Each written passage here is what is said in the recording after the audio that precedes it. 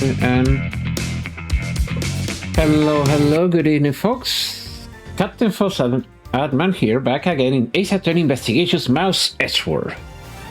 Hi there, everyone. Make sure you turn off your integrated AI skimming on your settings. Oh yeah, that's definitely go check on that. Take care of that. Because it's not just for the people streaming, it's for everyone typing as well. Oh boy, I don't know what the point of that, but yeah. Yeah, automatic opt-in, because they wouldn't make it, it's a manual opt-out, because they wouldn't make it a manual opt-in, because no one's going to take it. Mm. But yes, anywho. Last time, we managed to find out, the plausibility that Gonshu's daughter, but however, that hyena of a bitch found to turn it around once again. But now we're gonna find the one place we haven't checked yet. Where they were hiding out when all this was going down. Yes.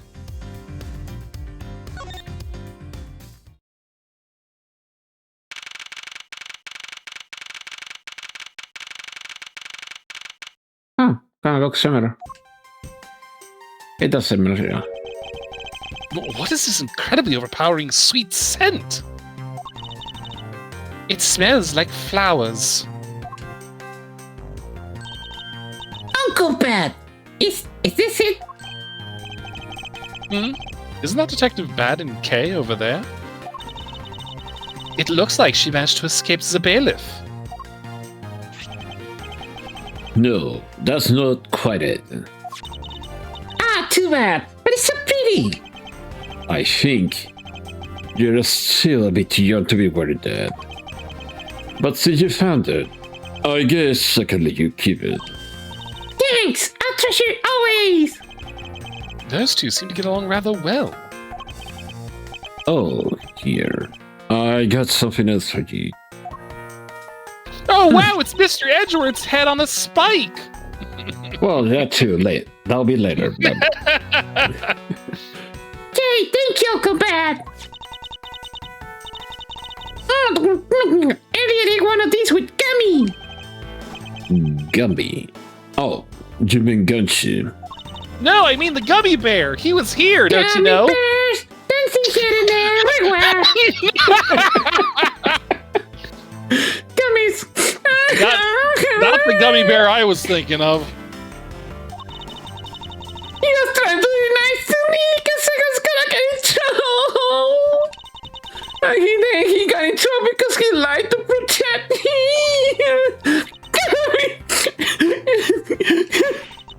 I know he didn't kill Daddy! Don't cry. Holiday will be sad if he saw you crying. I'm not crying! You're crying! That's right, repress your negative emotions. Let them fester up in you as you bottle them away for the rest of your life. Kay? Oh, it's the minister from before the lady too. Don't you think it would be a good idea to go home for the time being? You're not involved in the investigation, so it's for the best if you do.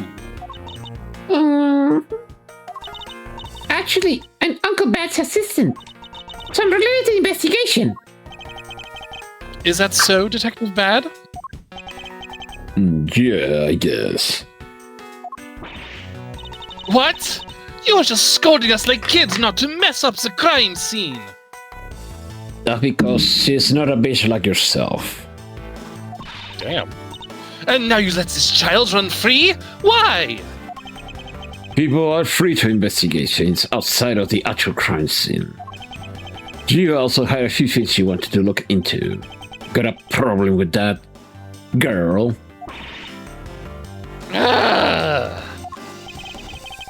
I don't have a problem with that, but I am curious as to what Ms. Yu is looking into. Uncle Bat, I'm gonna go look somewhere else now, okay? Alright, I'm counting on you. Oh, that's right. Hey, mister. Yes, what is it? I'm not commissioned the really bad guy. I mean it. So please, find the real bad guy, okay?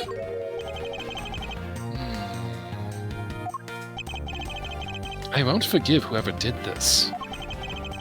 But in the absence of the perfect piece of testimony and evidence, there is no one else who could be the true culprit other than Detective Gumshoe. She wandered off while I was pondering. Yeah. Alright, let's investigate everything before we talk to the detective here. One of those windows in this lobby is open as well. The air conditioner is working just fine in this room, so why did they open it, I wonder? Interesting. This decorative plant's leaves are shinier than the ones in the plant in lobby number 2. That's probably because it's next to the windows where it's easier to photosynthesize. You may be right. Plus, the curtains are always drawn in lobby number 2.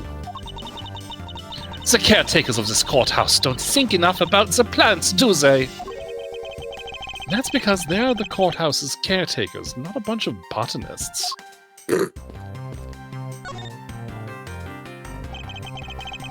That expensive painting is ill-suited to be hanging on the wall of this room. I wonder if a guard detail should be placed on it. Why do you say that?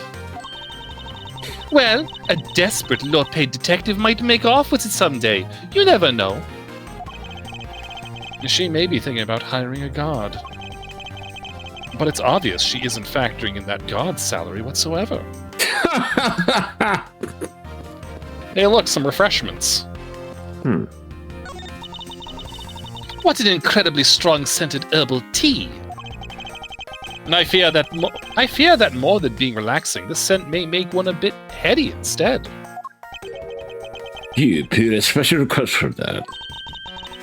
No wonder she's so violent if she's been drinking this stuff the whole time. Neither woman should be allowed to comment on this particular topic ever. Wow.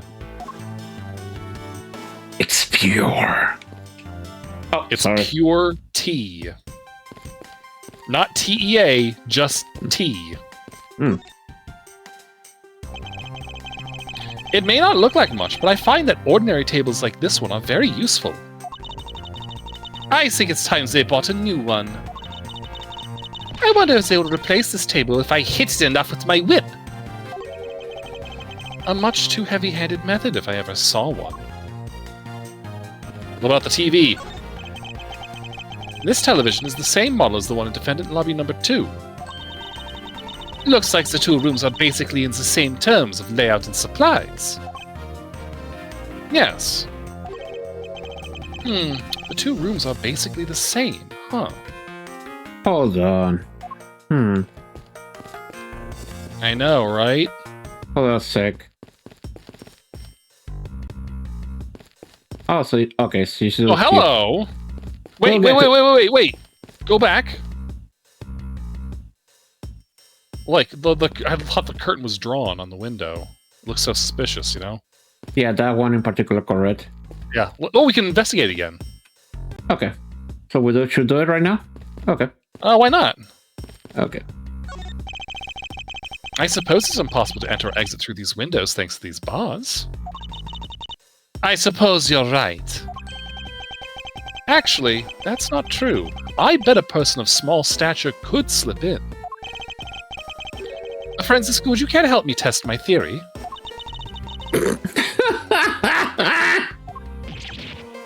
Oh! Drat, I must remember to be more tactful around the vertically challenged.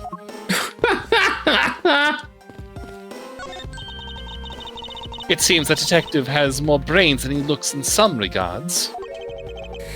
Do you really think so?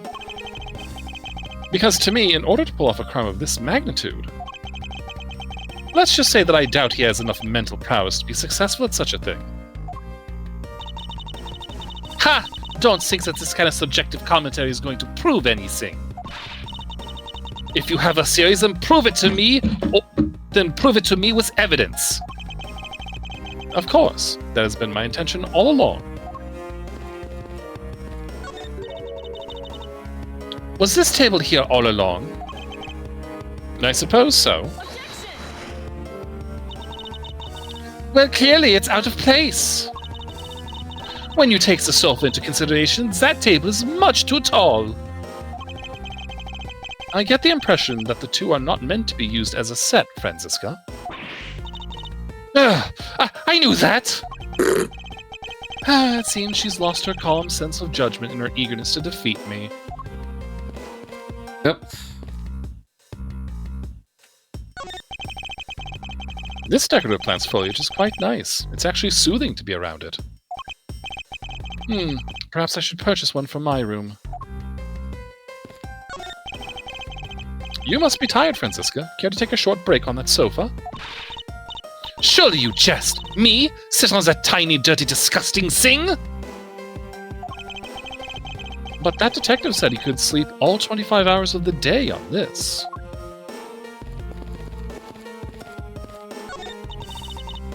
That is one tiny TV. Detective Gumshoe was rather shocked at this and said it is huge compared to his own. Ha! Anything you compare with something he owns will always seem grandiose. Speaking of grandiose, I'd say that ego of yours could use a little deflating.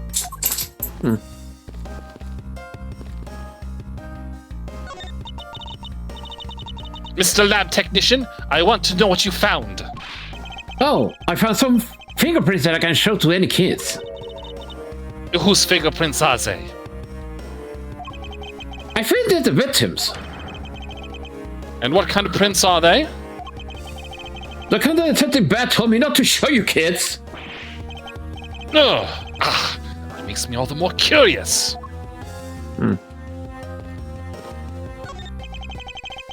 So this was the bag I was to receive with the evidence for today's trial in it. Aha! I have it! The killer hid himself inside this bag, and that's how he snuck into the courthouse. Projecting much. The suspect that was arrested is hardly the type of man to carry a bag of this kind. Besides which, I doubt there's enough space inside this bag for him to hide in. Oh, just shut up! Okay. Let's get to it. What is it, Edgeworth? Nothing in particular, however. Is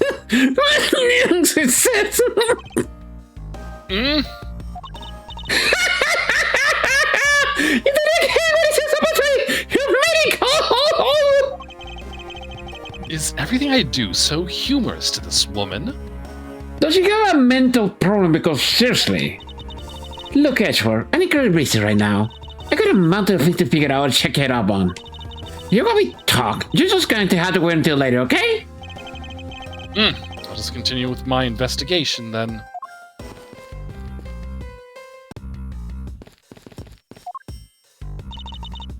Yes, what is it?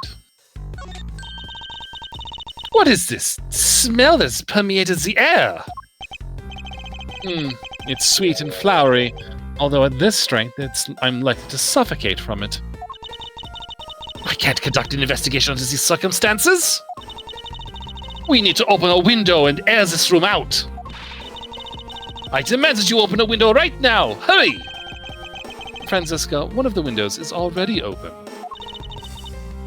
I can see that.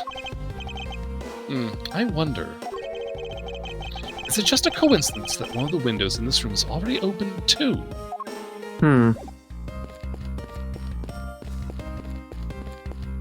It's true. They're both open. And almost... Oh, anyway. So I guess now we talk to bed. Oh, wait. I can see down into the courthouse courtyard from here. What is that mess supposed to be? It's like an optical illusion. I believe it's supposed to be postmodern in design. More like thoughtlessness in design. I can't disagree there.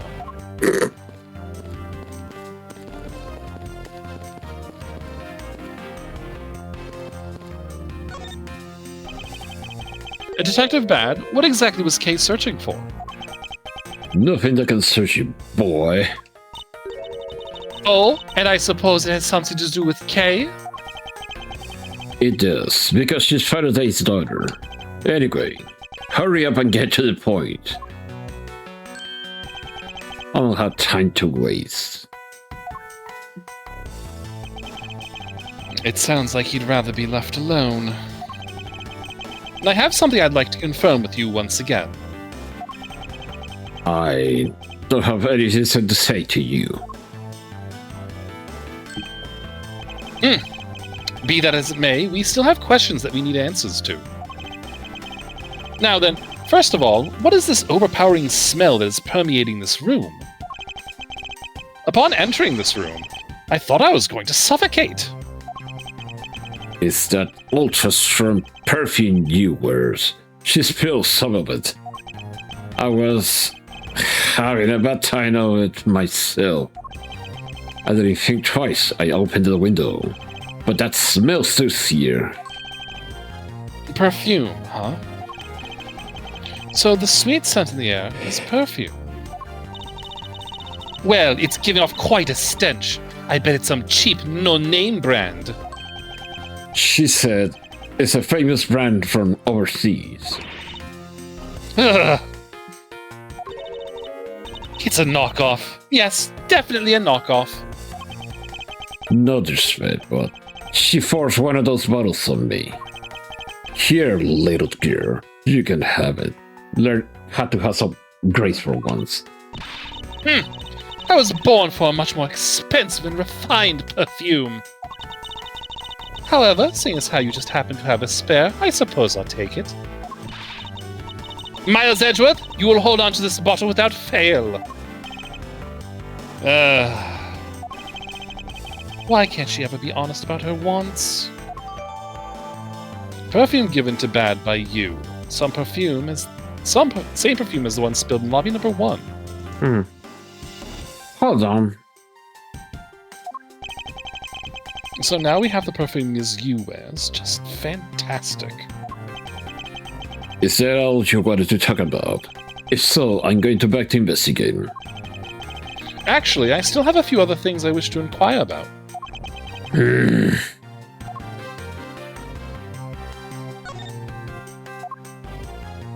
it back to him. I'm not a big fan of perfume. So, exactly what kind of relationship do you have with Ms. Yu? Like I told you, we're connected through the victim of the KGA incident, his younger sister. I was supposed to protect her, but I failed in my duties. Just another pathetic detective. After that, conscience not guilty verdict. Spark our pursuit of the case, me as a detective, and she as a lawyer. In other words, they're still working together. Interesting. Detective Bad, I'd like to ask you about this piece of evidence. What a narcissist. He'd rather look at his face than the evidence. Don't trust yours all the time, little girl. I can see the evidence, and keep an eye on the two of you with this mirror. What? Then why don't you answer? Because I got nothing to say. That's all. Understood. Why couldn't you have just said that at the beginning? I like how his coat is even shabbier and messier than Gumshoe's is in the present. It's like riddled with bullet holes and cut marks and stuff. Yes. Should we ask about this? Why not? Okay, he doesn't have anything to say. I don't think we're going to get much out of him for evidence. Okay. Would you look at the many bullet holes? Damn. Even his tie. Yep. How he survived all that? He's a good detective. Okay. So, you were in this room the entire recess? Like I said, I made a call to the president to get that bit locked down here. But other than that, I was waiting for the recess to end in here. At least your story is consistent. Earlier, you stated that you were in this lobby with Ms. Yu. Yeah, I ran into her in the hallway. She said she wanted to talk to me about something, so we can eat here. Then, what you're saying is that until Detective Gumshoe's arrival, you and Ms. Yu are in two different locations? Yes, I am. Interesting. Speaking of that lawyer, she seems to have a great dislike for you. Ooh. Let's see, Ms. Yu is the sister of the victim of the KG-8 incident. And, as I recall, Detective Bad was the lead detective on that case. I wonder if the reason for her disdain isn't simply because you failed to guard Cece, but because you were the lead detective on that case. Junior? I also know that in today's trial involving the Cadofian Embassy staff member, is being referred to as the second KG-8 incident. Now then, Detective, I believe it's time you were honest with me. And told me the truth behind your relationship with Ms. Yu and Mr. Faraday. And the KG-8 incident. If you already know that much, I guess it'll be alright to tell you.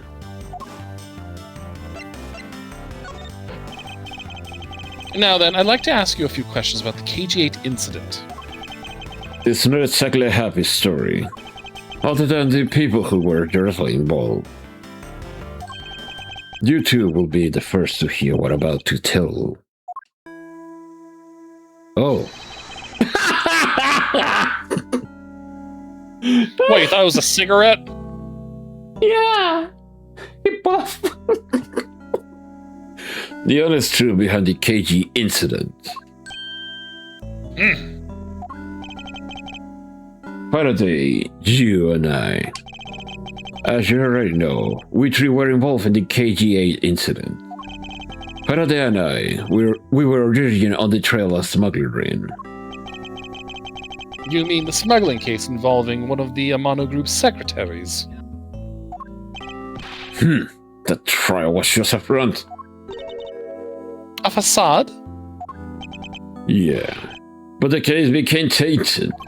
All because the witness who was going to testify about the Amano Group's ties to the smuggling ring, CCU, was killed. Then what became of the secretary who was arrested? His name was Colin DeVore. To be honest, the guy didn't know a thing about the smuggling ring. But he confessed to knowing about it anyway. DeVore was probably being intimidated by the big boss man. Just another scapegoat. The boss man of the Amano Group? You can't seriously mean Mr. Ernest Amano. That can't be right. It's probably just Detective Bad's personal hypothesis. Oh, he's in denial. What is he trying to do, suspecting Mr. Amano of being involved with smuggling? So innocent. I suppose it would have been quite difficult to secure an acquittal after he confessed. But the man who killed CCU, Manny Kochin, was a completely different person. But since he's already been acquitted once of her murder... Mr. Faraday, how could you have let him go? If I remember correctly, I heard that Mr. Faraday had an important piece of evidence stolen from him. That wasn't Faraday's fault. It was mine. I wasn't vigilant enough. Faraday, Cece. I was supposed to protect them both. Ms. Yu did mention that as well. About how Detective Bad was supposed to guard her sister. But even I, who was supposed to protect them, I fell into their trap. What kind of trap? The holes in this jacket are testament of that trap. Oh! Oh, you mean you were fired upon? You were shot that many times in one gunfight? No. Only about half of these are from that case. But The reason I continue to wear this jacket is to remind myself of the lessons I learned from the KGA incident. I see. I couldn't protect CCU, and the suspect was not found guilty. We had hit a brick wall as far as the law was concerned. And that's when she came to the courtroom. The victim's sisters. That's when I first met Callistu. Hold on. Okay. Right there. Okay. About when you first met Ms. Yu. It was on the day of the verdict the KG8 incident was handed down, was it not? Yes. Faraday and I, we apologized to her from the bottom of our hearts. It was all we could do. But just saying you're sorry won't bring my sister back, she said. And then she gave me a hard slap across the face. Well, she certainly had a lot of self-control to stop at just a slap. If it was me, not even 100 lashes would have been punishment enough. I suppose not. Yu said it herself that she never wanted to see either of us ever again. But after that, you've seen her many times over, correct? Yeah, Faraday and I, even after the KGA incident had come to a close, we continued to hunt down the smuggling ring and got involved in a variety of cases. But it was no use. We cracked so many different cases. But the result was always the same. We couldn't find the real mastermind behind the ring. Is the ring really that big? It was in the result in one of the parts of the ring that we met you once again. It was during another trial related to a smuggling ring. Faraday was the prosecutor, and I, as the lead detective, took to the witness stand. She appeared out of the blue as the defense attorney. Her client was related to the smuggling ring, and she was defending them? Yeah. You was pursuing the ring as best as she could as a lawyer. I think she defended Rel this time for the same reason. Come to think of it, Ms. Yu did say something to the same effect. I have my own agenda. I'm still the one of the leads regarding the KG incident, alright? And for that, you have not a single qualm about defending a known killer? Don't put words in my mouth. I said no such thing. The only way I had to get close to Mr. Earl was to be his lawyer. I have no intention of covering for him. Ever. So don't you dare suggest I was going to... It doesn't matter what Hurt's reason is. Helping a criminal is just despicable. You're so naive, little girl. I could have stolen this lollipop from you. That's how naive you are. How dare you insult the daughter of a Von Karma? Just like us, you felt that she had hit the limit of what the law could do. That's all. The law is merely a tool. There is no limit to it, only the skill of the craftsman. You too are still too young. But one day, you'll know what I mean. But enough sidetracking. What matters is that we met you again, in pursuit of the smuggling ring. Sorry. That's all. So what was your relation to Mr. Faraday? You even seem to know Kay fairly well. I met him when he was a rookie prosecutor. Known him ever since. And Kay, I known her since the day she was born. Faraday and I, we cracked quite a few cases together. But you two seem to have made no progress at all in the Yatagarasu case.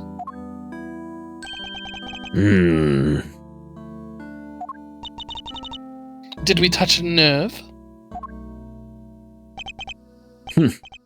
I only have one thing to say to you. No one knew more about the Yatagarasu than me and Faraday. That's why I was called upon to testify in today's trial. To prove that Rel was not the real Yatagarasu. Which I could have done if he hadn't turned around and accused Faraday. After the accusation, I was asked to testify, but this time, to prove or disprove the accusations. But I guess I won't be doing that either. I sense there's more to that statement than meets the eye. Perhaps a bit more digging into the Yatagarasu is what's necessary. There we go. You claim to know much about the Yatagarasu. Who would you care to share what you know? Would you care to share what you know with me? What you two should be looking for right now is proof of murder intent toward Faraday and Rel. I agree, which is exactly why I'm asking you about the Yatagarasu. What? The KG-8 incident and this second KG-8 incident. Both of these cases are tied to the smuggling ring. And in both of these cases, the witness who was to testify about the ring was murdered. However, there is one point in which they differ.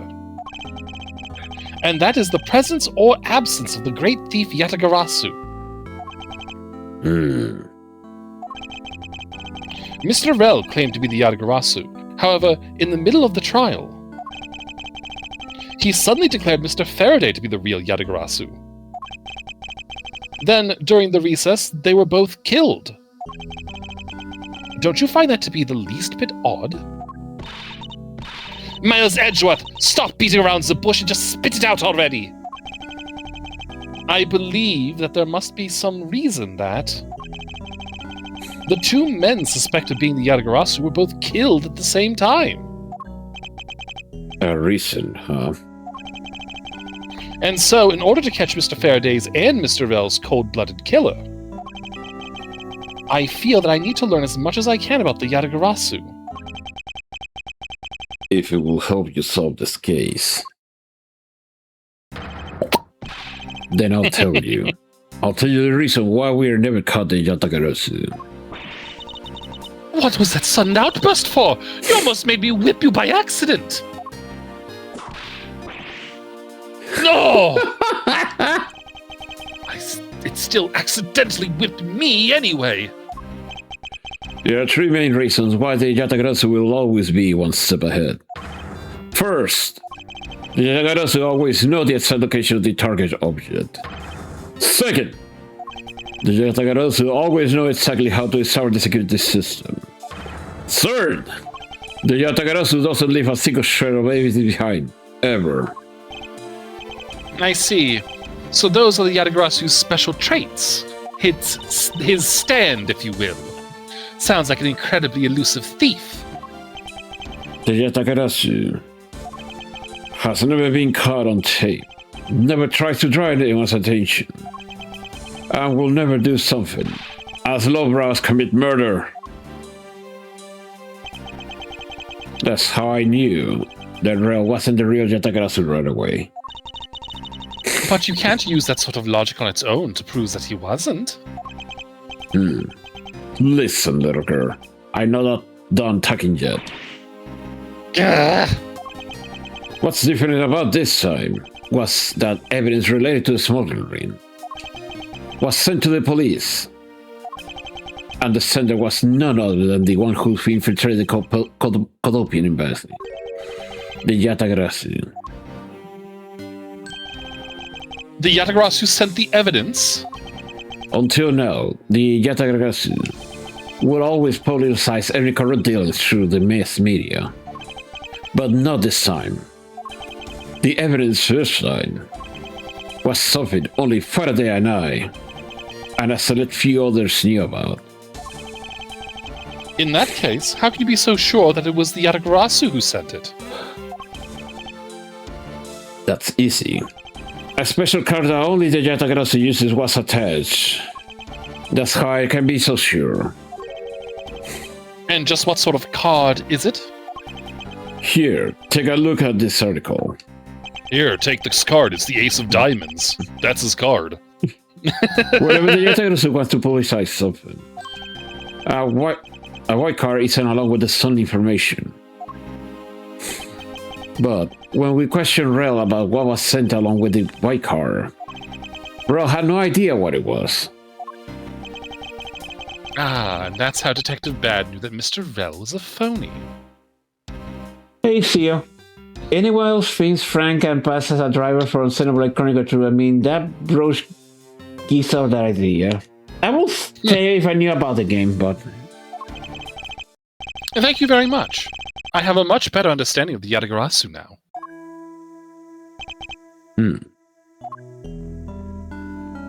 Oops. Excuse me, Mr. Edgeworth. Yes? His Honor would like to transfer the evidence from today's trial over to you. So if you could please head over to the courtroom, it'd be much appreciated, sir. Hey, thank you for the raid, Liner and group. How's it going? Welcome. Hello! Let me do this real quick before I continue.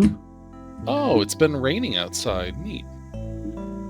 It's good. Hi, Deaconess.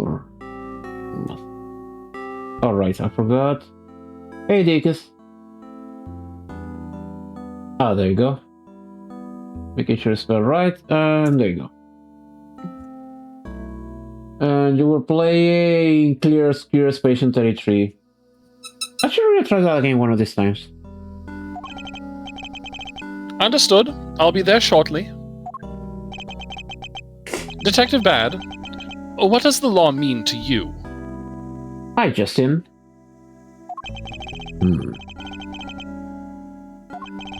Finding the answer to that question is the only reason I'm still alive.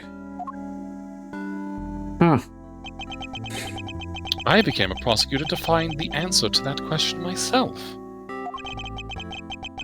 And to play a part in ensuring that all criminals everywhere are found guilty. We do okay, Deacons. Thank you for asking. Hope you're doing the same as well.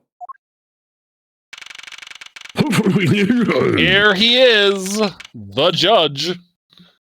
Oh, how tiny everything looks from down here.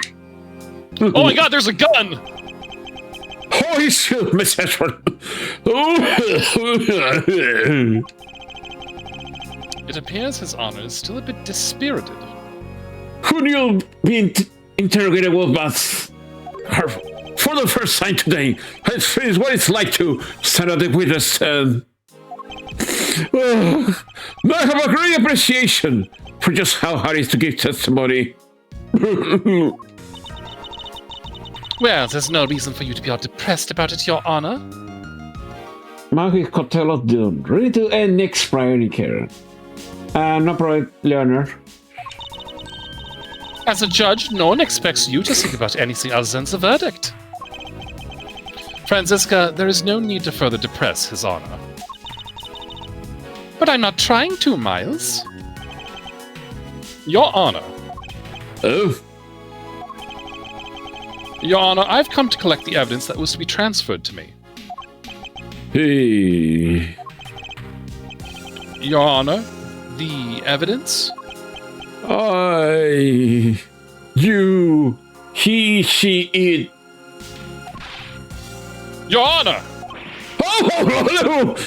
You just, yes, can I help you? I'd like to collect the evidence now, sir. Your Honor. Do you think you can stay focused long enough to at least do your job? Yes, I'm sorry, sheesh. I will expect the defense attorney Hatchet to arrive.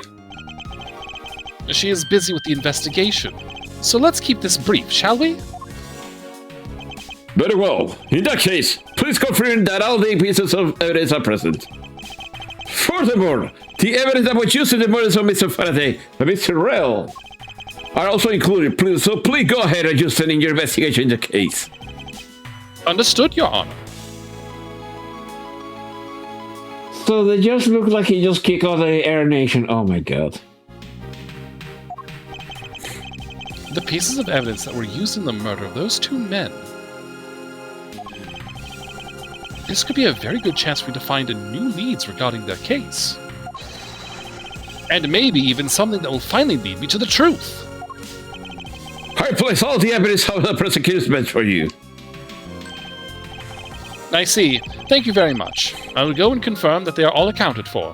What's on the defense's bench? Oh, sorry. Oh, let's check that out.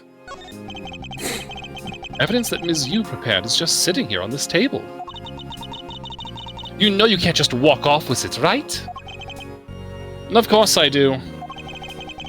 Ms. Yu must have been caught off guard by our client's sudden accusation.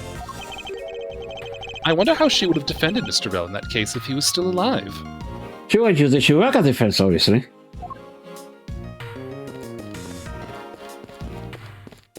Anyway. So this is the evidence related to today's Cadopian Embassy trial for Mr. Faraday's bag. You means the evidence bags that was on the table in lobby number 2, right? Yes. Finally, we can now take a look at the evidence itself and not just data about them. Let's be sure to thoroughly examine them while we have the time. Agreed. I want to take a good look at all of the evidence from the embassy murder too. And why is that? Because I still don't fully understand what today's trial was about. Glah! Don't point your crop at me just because you don't know something. And don't you try to order me around just because Papa chose you today. I see someone is still sore about not being picked by Mr. Von Karma. It's also real to see the knife up close. So we have the knife, the gun, an envelope, and what's this organizer doing here? Yeah, what's that doing here? Oh, that's right, I completely forgot to tell you. About what, Your Honor? They found Mr. Federal person organizing say that evidence bag of his. That's a bad request to be passed along to you. He said we'll help your investigation. Detective Bad said that? What a strange stroke of luck. Well, never look a gift horse in the mouth. We might as well flip through it too. After all, what would the Trojans do? I won't rest until I've inspected every suspicious-looking nook and cranny. That's how we did. Alright. Mr. Faraday's organizer, it appears he was in the habit of using it. It looks like he wrote his strategy for getting Mr. Rell convicted down in here. I have collected the evidence I need to prove that Rell was the killer. Between the handgun Rell had on him and he was arrested, and the surveillance tape, I should be able to prove that he was the one. It appears that Mr. Faraday honestly believed that Mr. Rell was the killer in this case. The sound of the handgun going off was recorded with superb clarity on the surveillance video. I have also evidence that I can use to prove that Rell was not the real Yatagarasu. And it would also appear that he had proof that Mr. Rell was not the Yatagarasu. No matter how hard he may try to play it, as long as I have the Yatagarasu's key, I can prove he's a phony. If I present it to him in court, it should clear everything up. And he apparently also had very definitive piece of evidence. He had the Yatagarasu's key? What the hell? It's been a long battle. I hope that this will finally bring it to an end.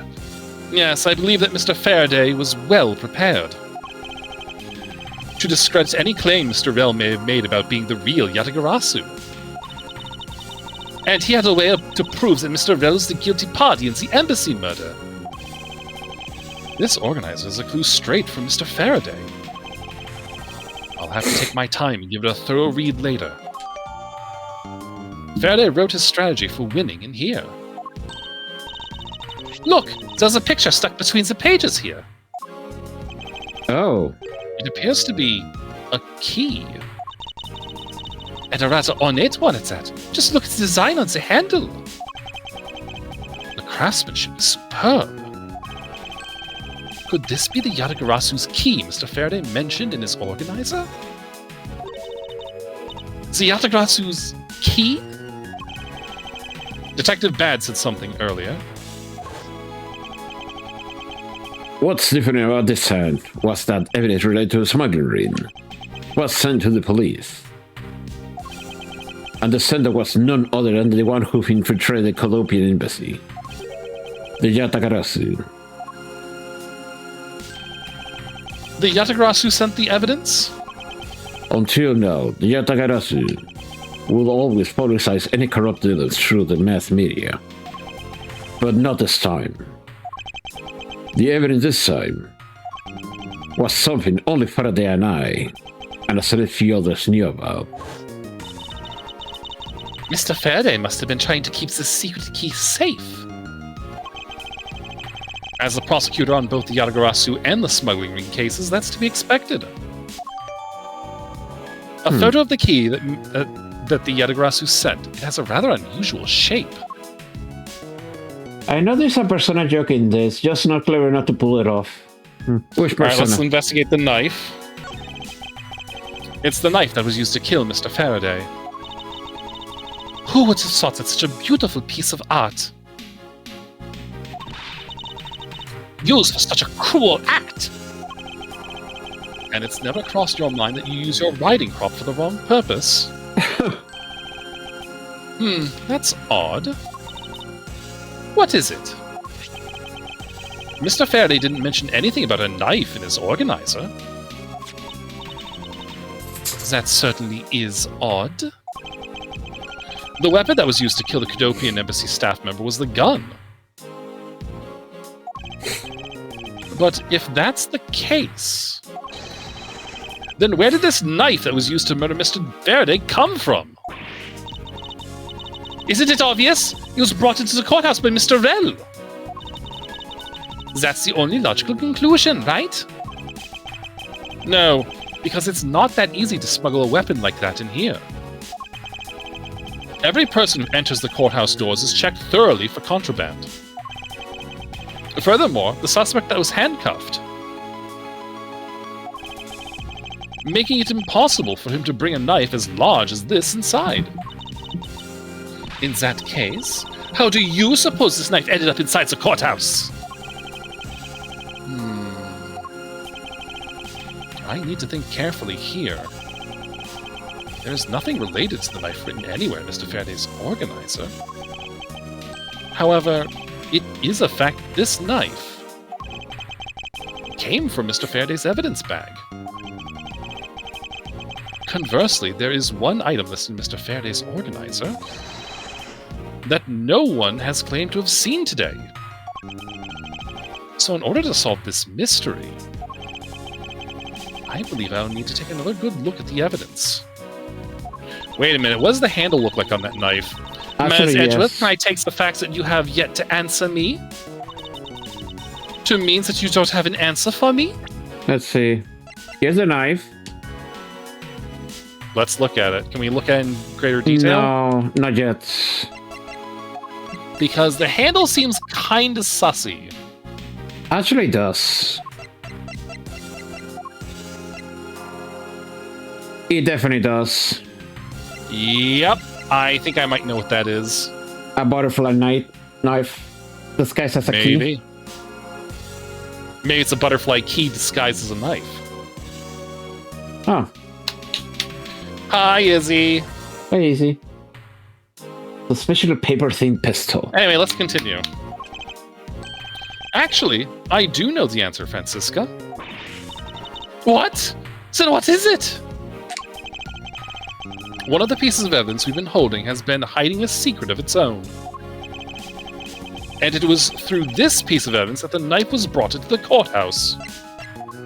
Right here? Maybe, let's try it. This Yatagrasu's key Mr. Faraday mentions in his organizer. This is how the knife was brought into the courthouse. You're not making any sense, Ms. Edgeworth. You just need to look a bit closer, Francisca, to see what I mean. Yep. Don't the color and the ornamentation of the key's handle remind you of anything? They do remind me of the knife. Very good. Both the Yatagarasu's key in this photo and the murderous knife have this very unique design on their handles. Furthermore, even though Mr. Faraday mentions the Yatagarasu's key, the only object we found at the crime scene was this knife. You don't seriously mean to say? It appears that you finally caught up. And yes, I do mean to say that these two pieces are in fact one and the same. But that's impossible! Even if that is what you believe, we should still investigate this possibility. Now then, let us examine this knife in a little more detail. Here we go. Let's investigate the tip. Where's that blood? It's the weapon that was used to kill Mr. Faraday. At least the blood is dried now. Yeah. The handle on the blade itself has both beautiful designs worked into them. Look! There's even a flower-shaped design in this gold section here!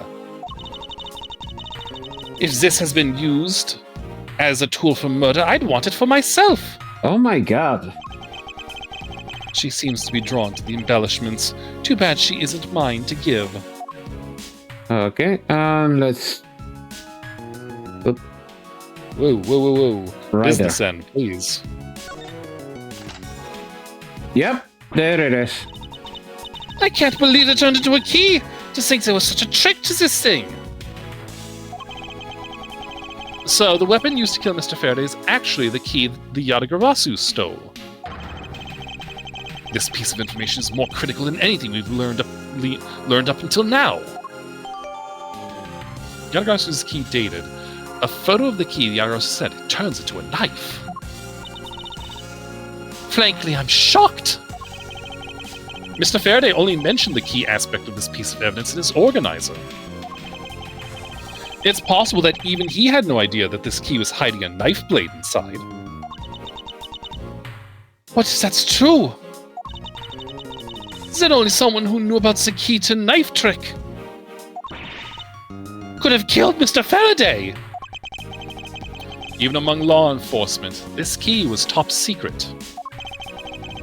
We are looking for someone who knew even more about the key than even Mr. Faraday. Meaning that the only person it could be is the one who sent the key in the first place. The great thief Yatagarasu. Then maybe Mr. Rel really was the Yatagarasu. And he was the one who killed Mr. Faraday. Isn't that one possible scenario? No, not really. Especially since Mr. Faraday was absolutely convinced that Mr. Rel was not the Yatagarasu.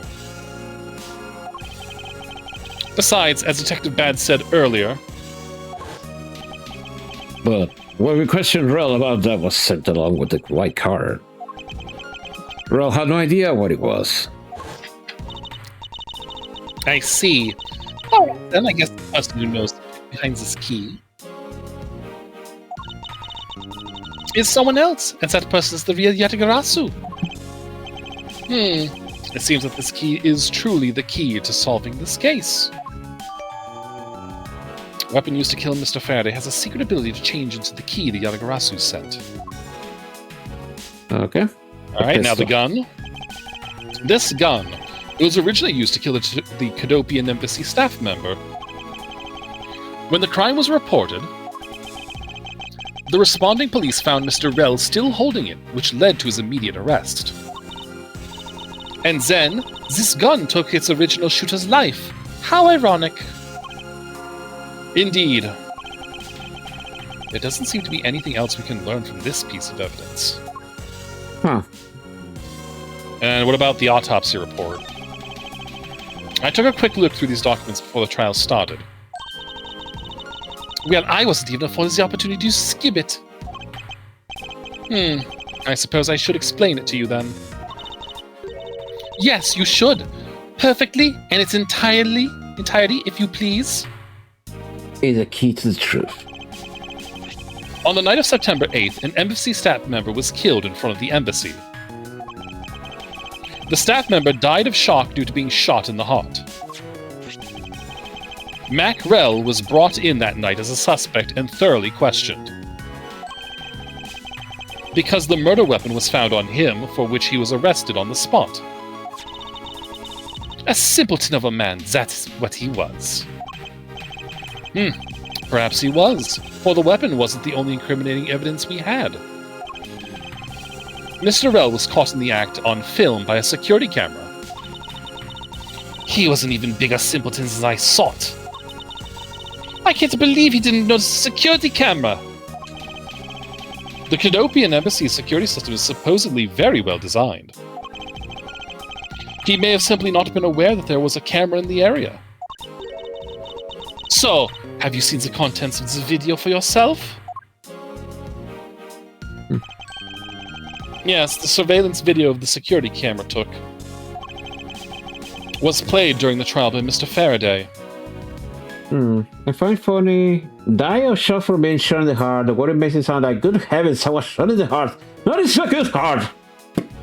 Yeah, that's exactly what it sounds like. You can clearly identify Mr. Vell on it. Even the sound of the gunshot was crystal clear. So the footage included sound, huh? I don't think I'd ever want to see the moment of someone's death in real life. Me neither. Oh boy. That's odd. We're short one piece of evidence. Maybe we'll find it after this ad break.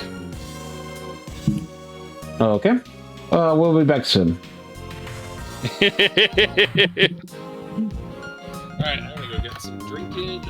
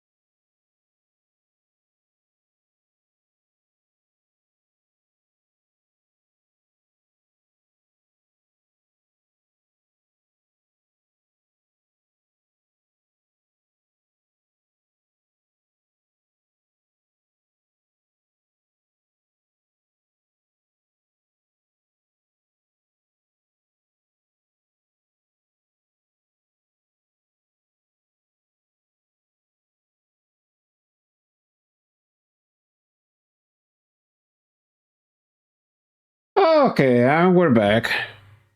Hey, welcome back, everyone. And that piece of evidence, and that piece that's missing is the surveillance video that was played in court. It's a surveillance video? How could a piece of evidence just disappear? Where did it go?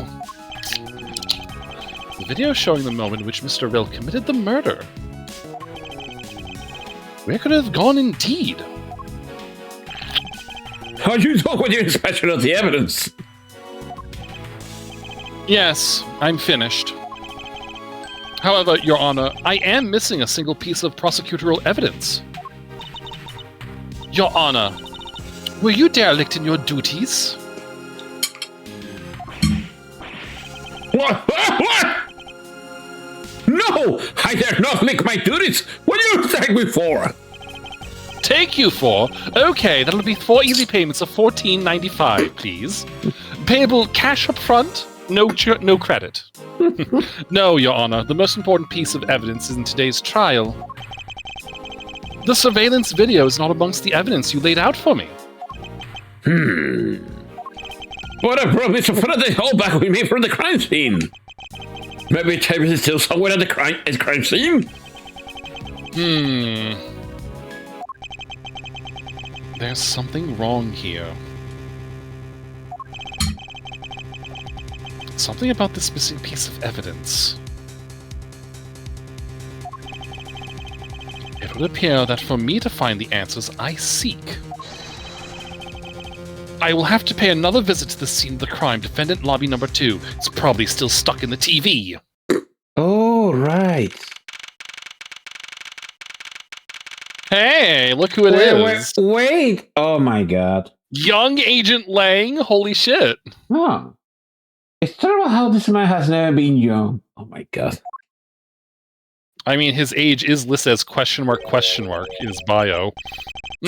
That's Detective Bad, but who is he with? I've never seen that officer before. So, did you find it? No, not yet. I didn't look everywhere. I see. Well, then, please continue with the research. Understood. I'll continue search. So, you're the one running the show, huh? Prosecutor like you should be a lot of crime scenes. How dare you? Just who do you think you are?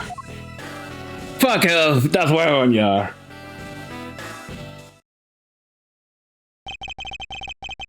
What was that all about, and who was that man just now? Whoever he was, I've never seen a more impudent officer in my life. And easy with, well, actually, seriously speaking, you can die of shock. Well, having your hairstyle will consume the other. Of course. Izzy puts on her actually hat. Does he even know that we're standing right here behind him? I have a mirror, you brats. Of course I do. I know you're standing right behind me. What do you want, kids? Ugh. It looks like you are paying attention after all. Just as I'm fucking sexy in my context hat and context shirt. Of course I was. I have eyes in the back of my head. From the bullet holes I receive after all. He got shot in the head, so now he can just, like, turn his eyes up into his skull and see out the back of those holes. Oh, that's creepy! So that mirror isn't for vanity's sake. It's a medical condition. It's for him to keep an eye out on who or what is behind him at all times. So tell me, Detective Bad, who was that rude man just now? The guy here, from the Republic of Sangfa to City. He's Agent Lon. He's trying everything he can to revive the lost honor of his family. Oh, he studied abroad. Okay, got it. He's traveling the world to study different philosophies of entertainment from scratch. He's traveling abroad. Well, did he meet her by any chance? By visiting various police departments around the world, he has a lot of dedication. He's still just a rookie cop, but I sense a strong grudge of some sort from him. The guy is more useful than Gumshoe, that's for sure. Even if he's rude, though. Well, he sure has a lot of guts to come into this country and give prosecutors a hard time. Hey, dear. Hi, dear. Welcome. Woo! Yay. I agree. However, I can think of one young lady that statement also applies to. Anyway, what was that agent looking for, Detective Bad? Earlier, that little girl was poking around in lobby number 1 as well. Like I said before, it's got nothing to do with the two of you. I highly doubt that it has nothing to do with me.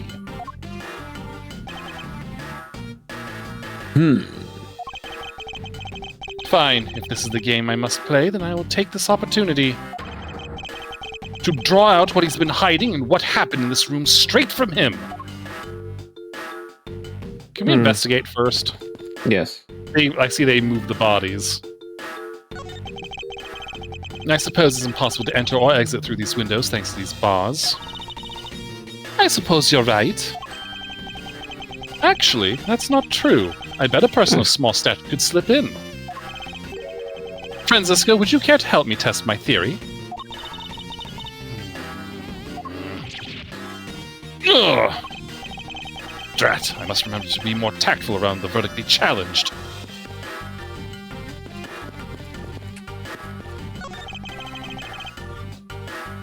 The curtains are shut tight.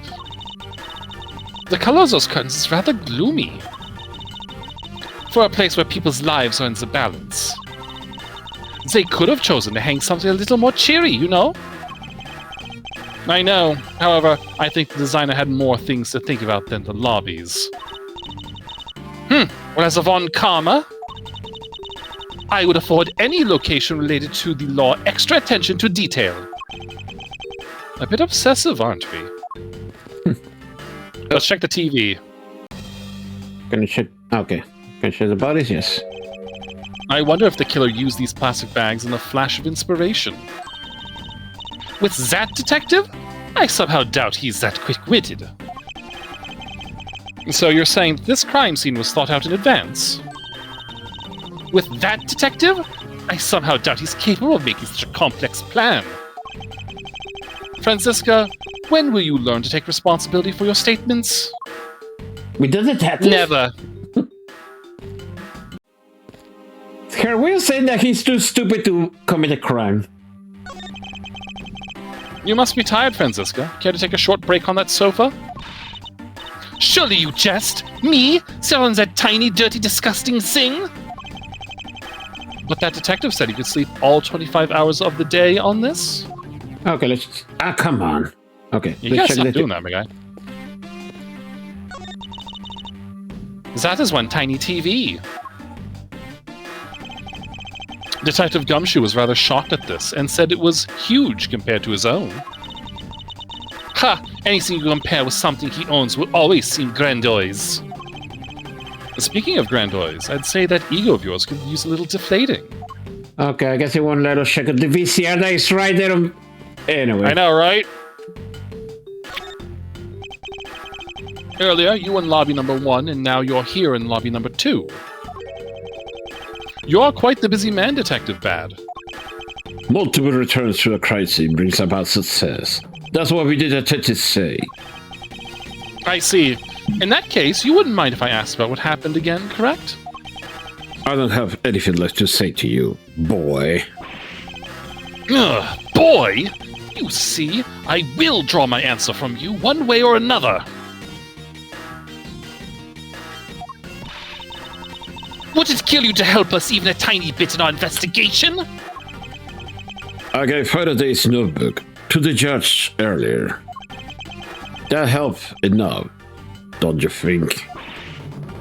Ugh! Please, we are asking you for just a bit more of your cooperation. Boy, my gender is man. Don't push me, kid. And I'd like to ask once again about what happened around here at the time of the crime. I refuse to answer. Any more investigating you do will be a waste of time. Besides, how am I supposed to answer questions about things I don't know about? Things you don't know about. But aren't you supposed to know everything? He should. Wait, is it possible? He doesn't know. Maybe he doesn't know about the trick behind that piece of evidence. I should try showing it to him. It may prove to be the key to getting some answers from Detective Bad. Back to the bone. Show him the knife. Detective Bad, did you know of the existence of this item in the photograph? Of course I did. It is my job to know everything related to the Yatagarasu case. In that case, let me ask you something. Did you know that the knife that killed Mr. Faraday and this Yatagarasu's key are one and the same? What? That's impossible! It looks like he didn't know after all. This piece of evidence, which we call the Yatagarasu's key, is actually a well-camouflaged knife. Mr. Faraday was planning to use this Yatagarasu's key to prove that Mr. Rel was not the real Yatagarasu. Isn't that correct? I guess so. However, Mr. Faraday had no idea it was, in fact, a knife. Yeah, I had to admit, neither one of us knew that fact. And if neither of us knew, there is no one in law enforcement knew either. How do we miss something as big as this?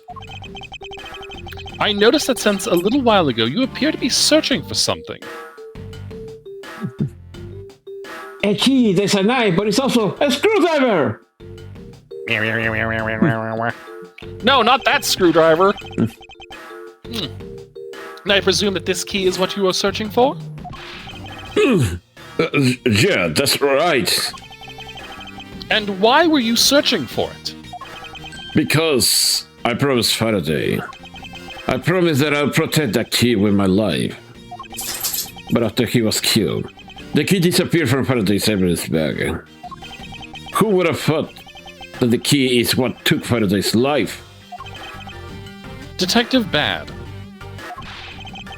So that we may find the truth, please testify for me once more. Alright. But it doesn't matter how many times I tell you about that happened. Nothing changed. Oh, now he's talking. Detective Bad. I ask that you please testify once more. About what happened in lobby number 2 and what you experienced in lobby number 1. My answer is still the same. And this is the last time I'm going to do this. That's fine, because I only need this one last time to clear everything up. And find the truth behind this case. Oh, here we go. I was in love with number 1, talking with you. We were talking about some trail fans. I heard the gunshot right before the trial was about to reconvene. When we heard it, you and I immediately dashed out into the hallway together. I saw Gunshot goofing around here, and then we all ran to lobby number 2. It sounds like the exact same story you told us before. You could have allowed that Francisca always finds a step to stand up in this cutscene. I know, right? I mean, they have lots of donut crates around, you know? Indeed, however, I feel that we have yet to draw out all the information that we can.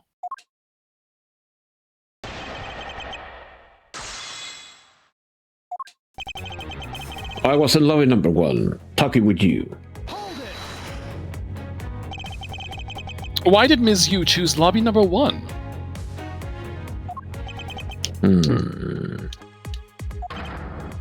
Answer me! Who knows? She just says that she got something to talk to me about. And then we walk into lobby 101 together. That's all. So his answer remains the same as before, I see. What if Bat's lollipop were married flavor? What? Marijuana flavored. Oh, Mary Jane. Okay. We were Yeah. talking about some trivial things. I was hoping you could expand on what exactly you were discussing with Ms. Yu. Trivial stuff. It was nothing important. That's for me to decide.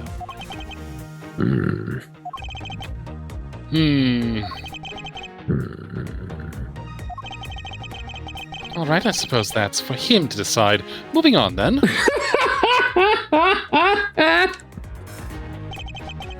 I heard the gunshot right before the trial was about to reconvene. Until you heard the gunshot, did you notice anything else that was out of the ordinary? I didn't hear any other strange sounds until that gunshot. If the gunshot Detective Bad heard was really the one from the murder, that would give the other piece of evidence an entirely different meaning. I ask that you please amend your testimony with that statement just now. Oh, sure. I didn't hear any strange sounds until that gunshot. Okay. All right, now we present the balloon piece. Yeah.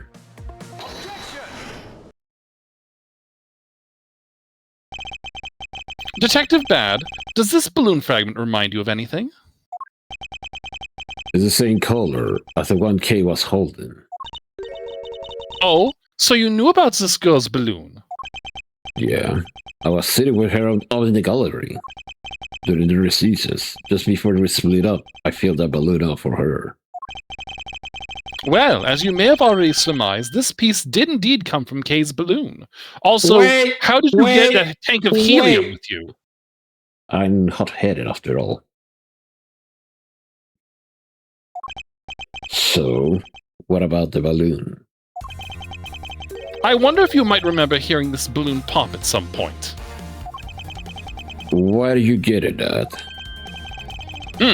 This fragment was found in the hallway right in front of lobby number 2. Furthermore, it was the sound of this balloon popping that the judge mistook as a gunshot.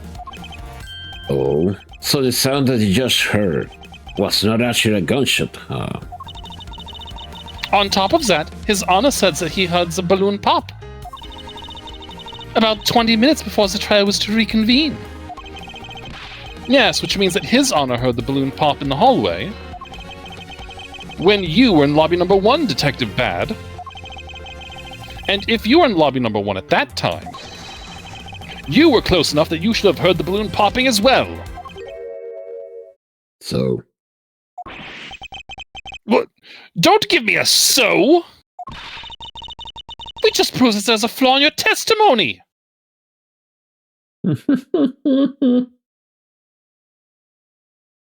oops.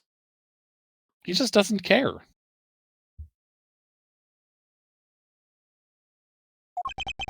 The crackling of the truth is louder than the sound of your sweet naivete crackling.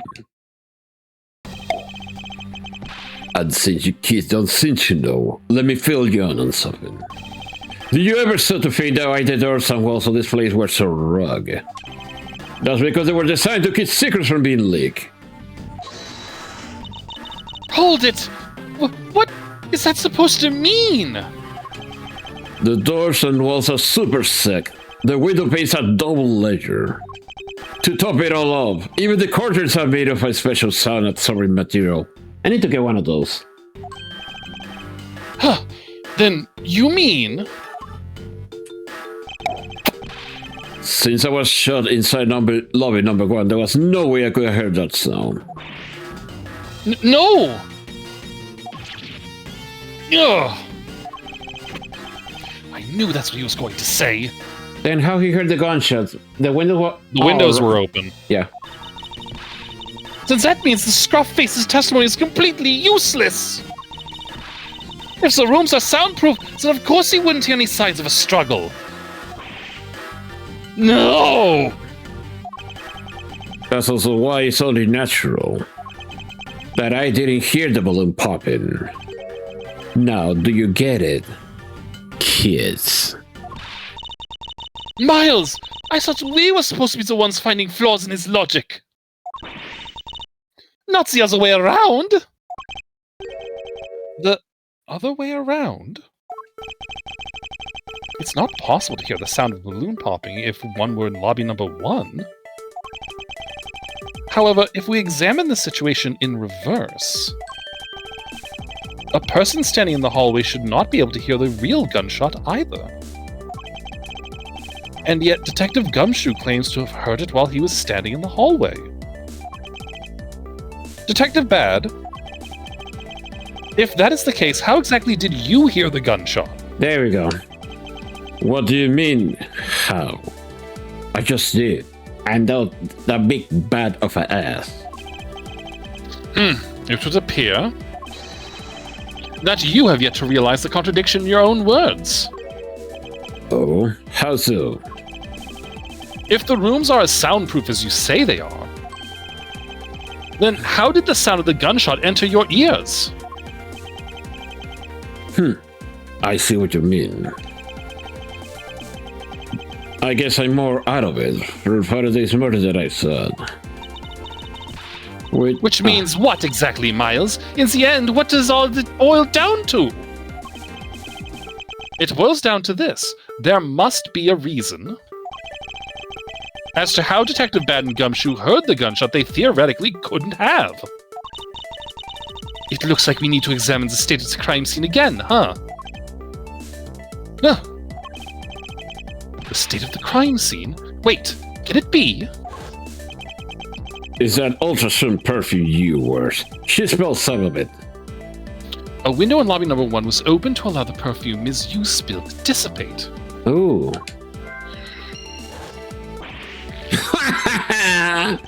I'm way too noisy! Lobby number 2's television. It looks like it was set to an incredibly high volume. Oh. The surveillance video? How could a piece of evidence just disappear? Where did it go? Missing evidence. Where did the surveillance tape from Mr. Faraday's bag disappear off to? Oh, I see. All right. Missing evidence, very loud television. Yes. No? No. Okay. I can't see a clear connection between these two pieces of information. Okay, all right, lobby number 2 window, dissipating the smell. Mm-hmm.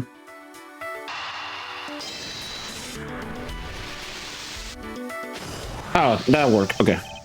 It's simply not possible for the killer to have escaped through barred windows. And yet, the fragrance of the perfume managed to escape from defendant lobby number 1. Of course, incorporeal things can move freely through these open, barred windows. The criminal could have made it through, but what about incorporeal things?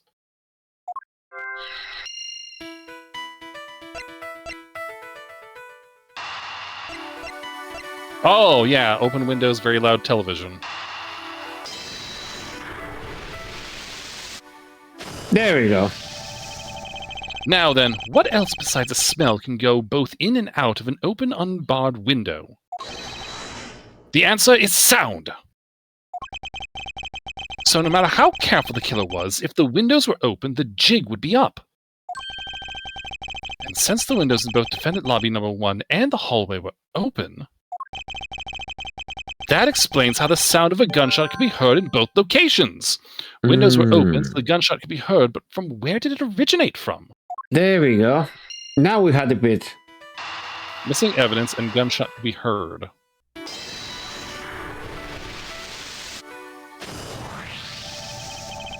The missing piece of evidence is a video that shows the moment in which Mr. Rill killed the embassy staff member.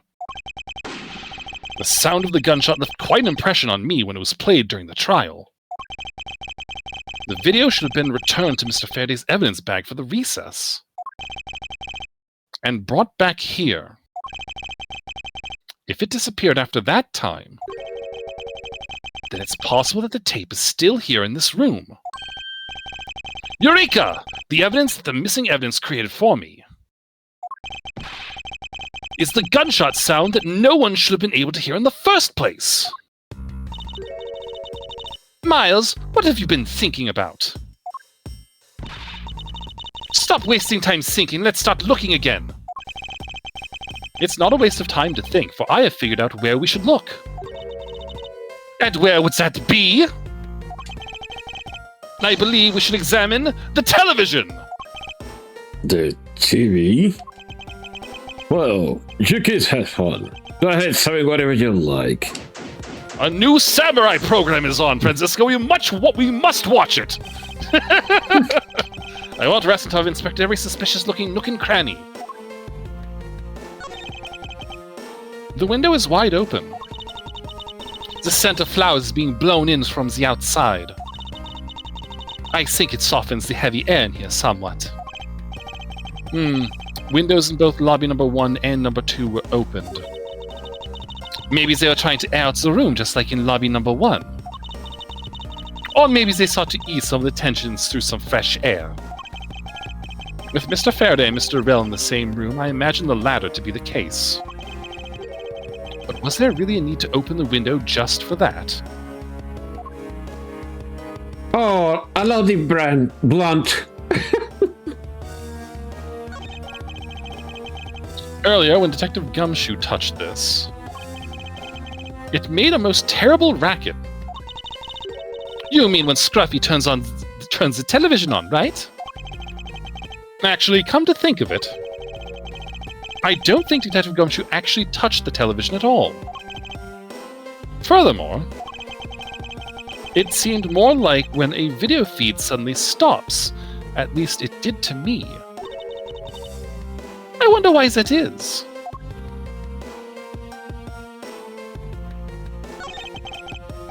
It's a video player, and there seems to be a videotape inside. It looks like it. The tape must have stopped on its own when it reached the end. This tape, could it not be the missing surveillance tape? Huh, I suppose, but... Detective Bad, would it be alright with you if I verified the contents of this video? Sure. Knock yourselves out. Alright, so let's rewind this and see what we have. What? If I remember correctly, the footage of Rell killing the embassy staff member should be about the 30-minute mark from the start of the tape. Oh! Wait! Understood. 30 minutes! Okay. This should be about right. Now then, let's see.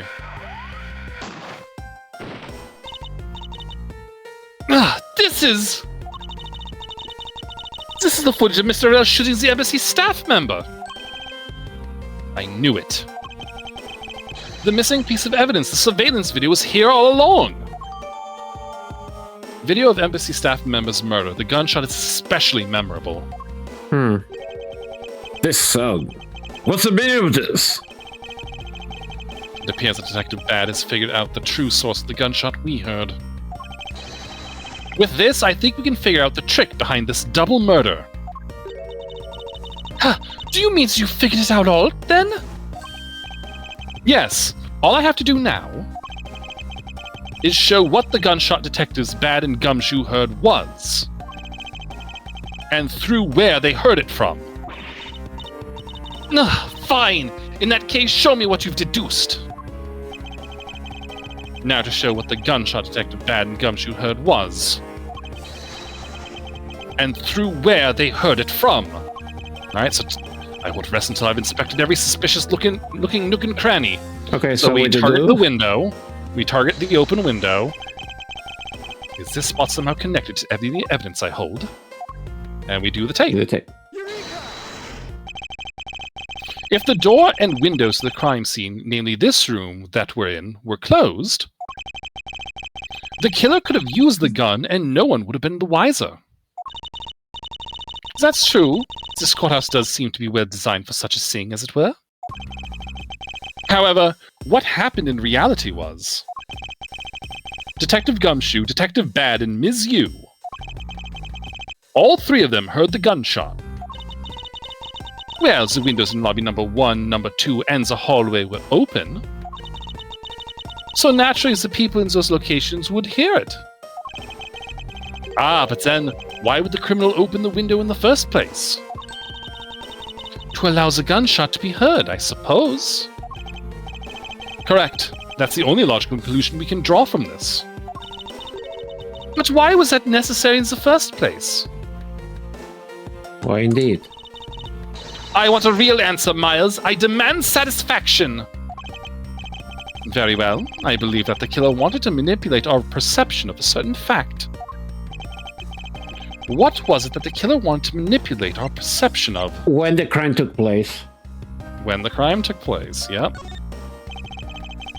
The killer wanted to fabricate the time of death to their precise wishes.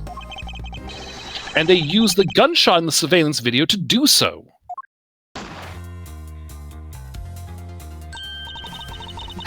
So that's why the tape was left running!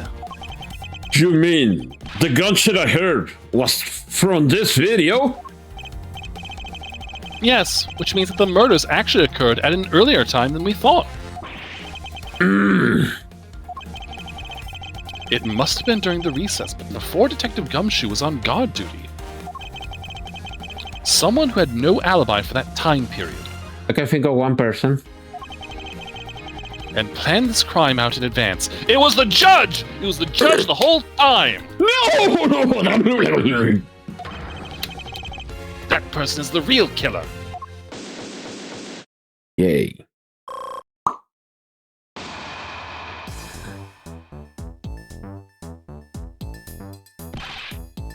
Mr. Edgeworth.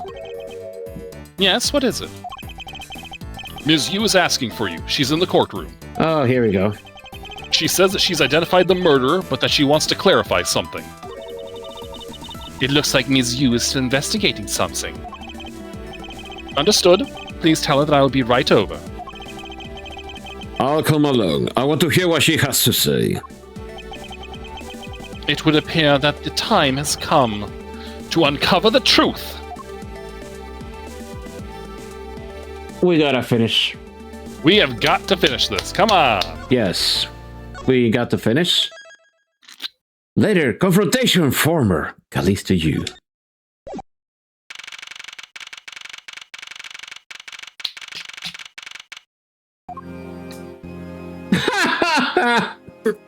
What? The music.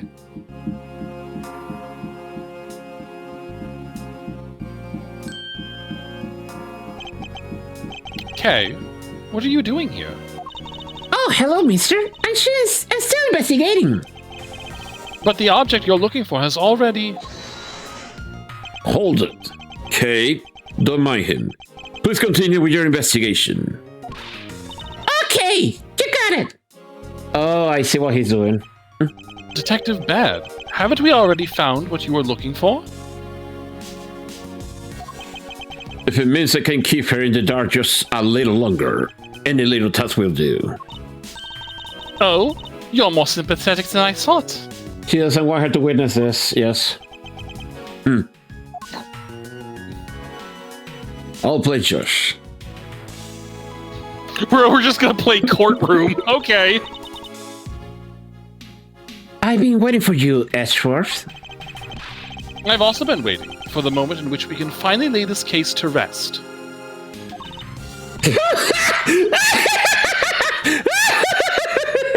The moment which we can finish this case to rest. Wasn't that we were bleeding to the go to the rest?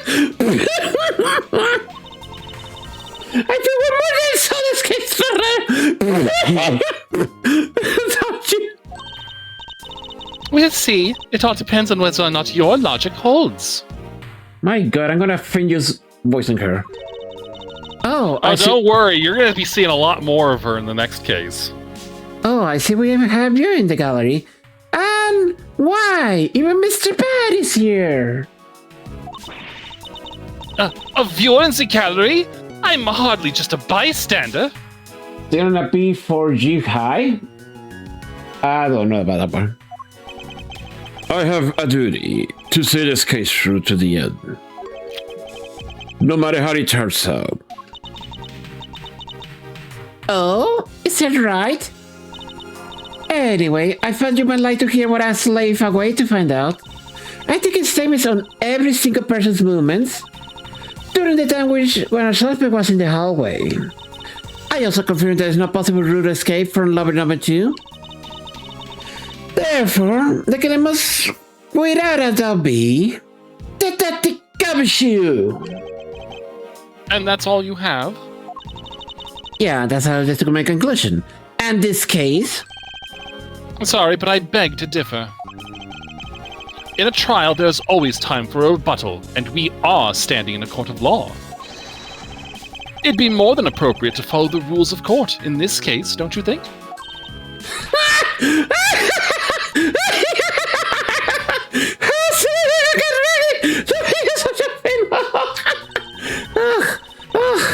But alright, I'll give you a proper testimony. Oh my god, I had a headache. If my logic is correct, then I've already won. All I have to do now is prove it by showing who the real killer is.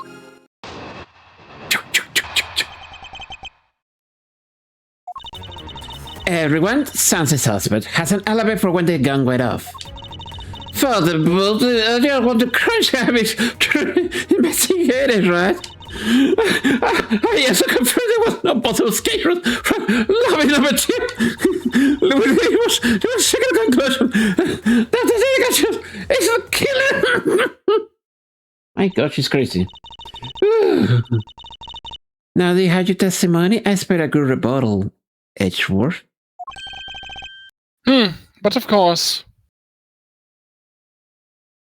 seriousness makes her laugh, apparently.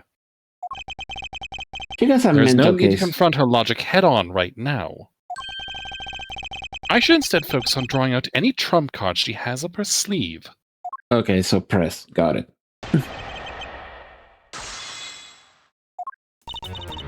Everyone says the suspect has an alibi for the gun going off. To the suspect? But I thought that Detective Gumshoe's alibi has already been proven.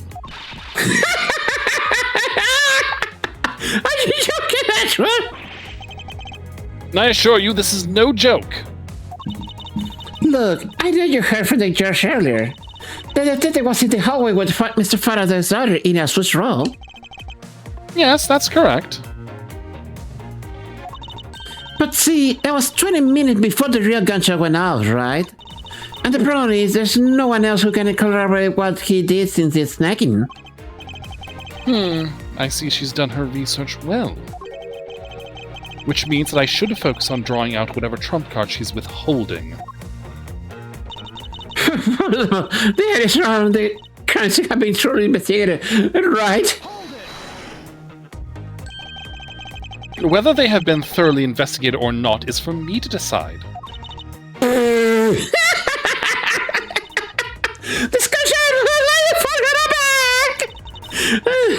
Anyway, even if you believe it wasn't being suspect, the crime scene, lobby number 2, has no way out than the hallway that Detective Gumshoe was standing in.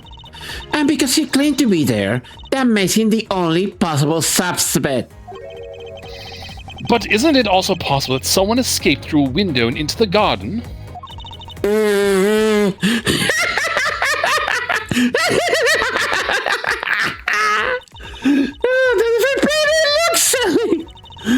The police are a bunch of lazy balls that look into every possibility, you know.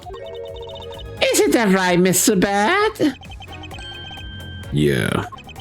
There wasn't indescribable evidence to suggest someone used one of the windows. There's also weren't any footprints or anything in the courtyard garden. And I suppose they really did check everything that could be relevant to the case. They also confirmed that a possible escape route from number 2. Are you absolutely positive that there are no possible routes of escape? Of course I'm sure. And why are you so certain? This is a courthouse, the place where the criminals are brought to be judged. If there any escape route, I'm sure every criminal would be using to escape. It's just common sense.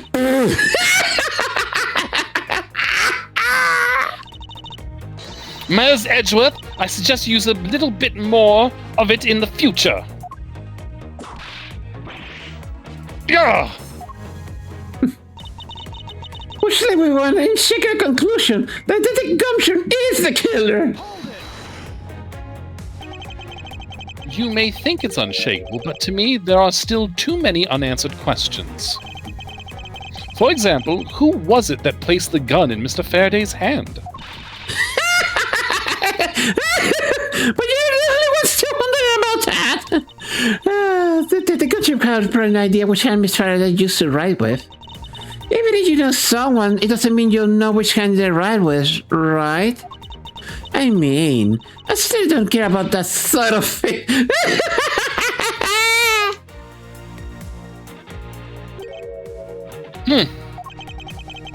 I'm not about to let her get a rise out of me with such a flippant statement. I suppose we've really reached the end now. I already have my trump card ready. All that remains is to play it. But before I do, I think I should inquire into a little something about her argument. You said earlier that you confirmed the alibis of every person other than the suspect. However, I don't recall either Franziska or myself speaking with you about the subject. But they were businesses. For you, that is your mentor who gave you an alibi. I see. As for the little missy, she came to the car house in the recess. I was stopped by security guard, and the door of the hallway. She gave me quite a way before that was I heard. I'm the daughter of Manfred von Karma, and I will not be forcibly stopped by a guard or a bailiff or anyone else. Wait, so basically the only reason Franziska bothered to show up today was because she found out that I was to be the replacement prosecutor? By the way, Ms. Yu, what about everyone's alibis before Detective Gumshoe was assigned to guard duty? What about them? Have you looked into what people were doing during that span of time? What kind of Indian do you take me for? It doesn't matter where the killer went into lobby number 2. From the time we heard the gunshot, to the time Mr. Bad and I arrived at the scene after we dashed from lobby number 1, the only person who could have committed the crime was Detective Gumshoe. Yes, let's talk about that when you and Detective Bad heard the gunshot, shall we? I suppose that if we go by your logic, then Detective Gumshoe is the only one. However, if the crime had occurred... What if the crime had occurred at an entirely different time than when that gunshot you heard went off? What then? Oh. That gunshot was a trap meant to manipulate our perception of when the crime took place. Sadly, your information is very lacking, Edgeworth. The gunshot we heard number 1. Can you explain how could have been fabricated? The tape. The tape. That tape? Oh my god. Oh, that's a new one.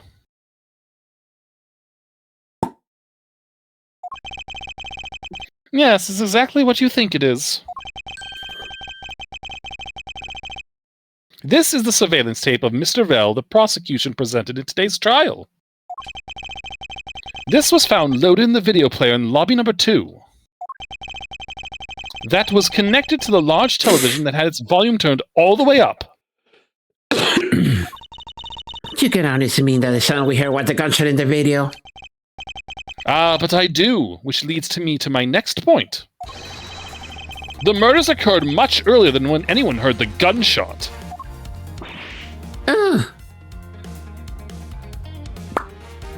My god.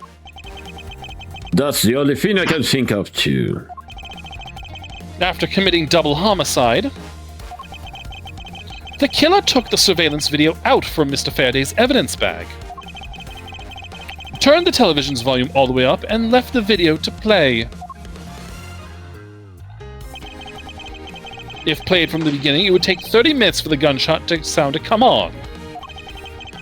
And since we now know that this method of time manipulation is possible, It opens up the possibility that the killer is someone other than Detective Gumshoe. Sounds so that the illusion doesn't amount to much here. But of course, Mr. Prosecutor Edgeworth and Little Mimos and Karma. I already knew that much from the very beginning, right? Of course we knew. Didn't we, Miles? Yes, of course. We knew about the soundproof quality of this courthouse's rooms. Of course I'm not about to admit we had no idea up until only a little while ago. That's right. And if the rooms are soundproof, then we shouldn't have been able to hear it. And yet we heard the gunshot clear as day. And? And? That's it? The end of the story?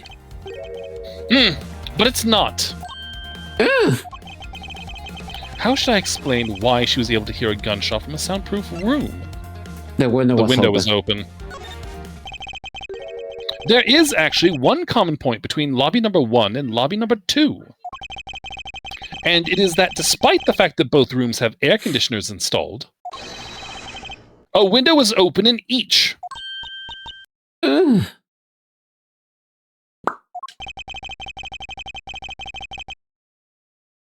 Now, we know that the window in lobby number 2 was opened by the killer.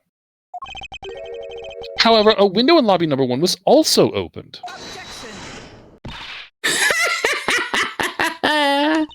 It's probably just coincidence that we just opened at the same time. It was no mere coincidence, I assure you. Why was the window open in lobby number 1? The answer is that a person did something to cause the window to be opened. And that person who triggered the action, that person is the real guilty party. Here we go. The real killer in this double murder is... Miss Hyena Jew. Yes. Ms. Callisto Yu. I hereby formally indict you of the murder of Mr. Faraday and Mr. Rell. What? Indict me? Oh, new one. Are you serious, Miles? Why do you think she's the killer? I don't understand her motive just yet. But of course I'm serious. Don't call me Shirley. And don't call me Shirley. Hold on. Ah, there you go. Yeah, you gotta love this banger of a tune.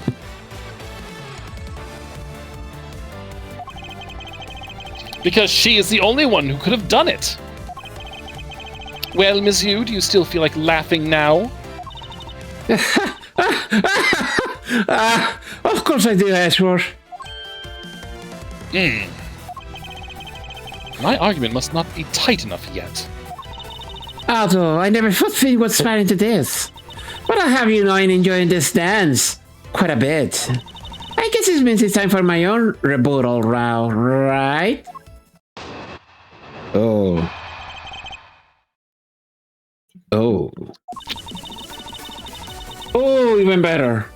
You argued that the window was open. However, do you have proof it was I who did that? We actually do. Furthermore, do you have proof that the tape was used in committing the crime? Frankly, I checked on you for going around because people a murder like this. Especially with logic as full as whole as yours. Here we go. Hey, This Saber. is where it really starts. I mustn't let my guard down for even a second, or the truth will blow away. Now is the time to put the patented Von Karma perfect proof to the test. We fake it! You argued the window was open. However, do you have proof that it was I who did that? Not Here's my necessarily you. rebuttal. This gun! Evidence? All I need to do is have some prints analyzed and we'll know straight away. Be my guess. She sounds as though she has the room to maneuver, which means... even if we were able to lift prints, they'd only show that it was someone else, but... why that someone else was forced to open the window? That's simple logic.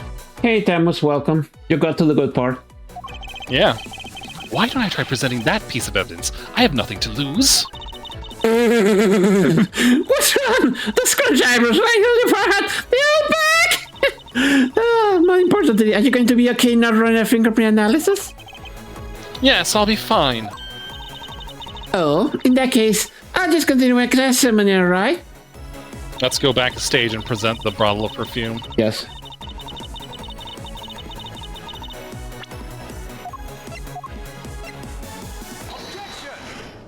Yep. I'm sure you've seen this before, haven't you, Ms. Yu? Edgeworth, I don't think you wanted to wear that kind of perfume. I mean, you kind of look about it's not exactly what I'd recommend for boys, you know. Though in your case. What? This isn't mine! That's right, it's mine, and I received it from Detective Bad, you see. Ms. Yu, you can pretend all you like, but we know at least this much is for sure. That you are the one who gave this bottle of perfume to Detective Bad. And then you said it all up. So, what about the perfume? While you were in lobby number 1, you made a big show of spilling some of this perfume. That's according to Detective Bad.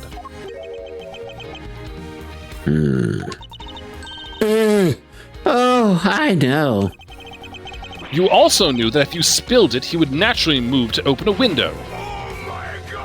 Hi, everyone. BAG Welcome to the stream, show. welcome. You're got a good part. Welcome, welcome. And before we continue, what were you doing? Let's see. I need to do shoutouts. Hold on. Just a quick shoutout. Uh-huh. I know what you're doing, but it's I cannot do it from here. Let me do it here. Hey, Gyro. Hey, Aeon. Hey, everyone else. Hi. There we go. Okay.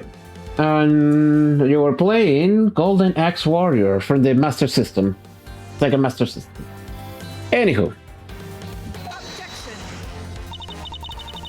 Come on. I already told you that's just a big coincidence.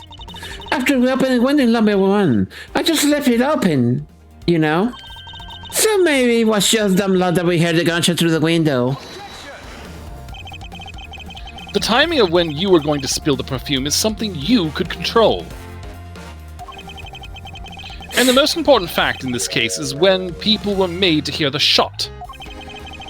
Furthermore, it would have been pointless if you didn't have an alibi for yourself at the time. Jermaine. Ms. Yu, you were the one who called Detective Bad to lobby number 1. When you saw him bring Detective Gumshoe into the hallway. Is that correct? All of today's premeditated events could only have been thought of by you, Ms. Yu.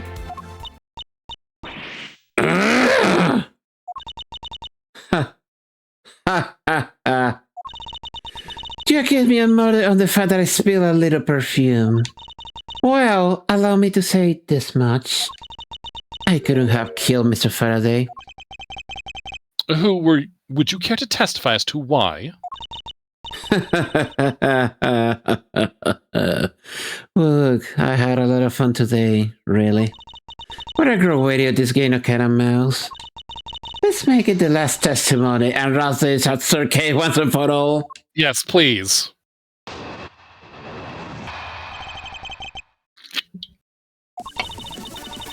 Accusing someone of murder over a spilled bottle prefers a bit over the top.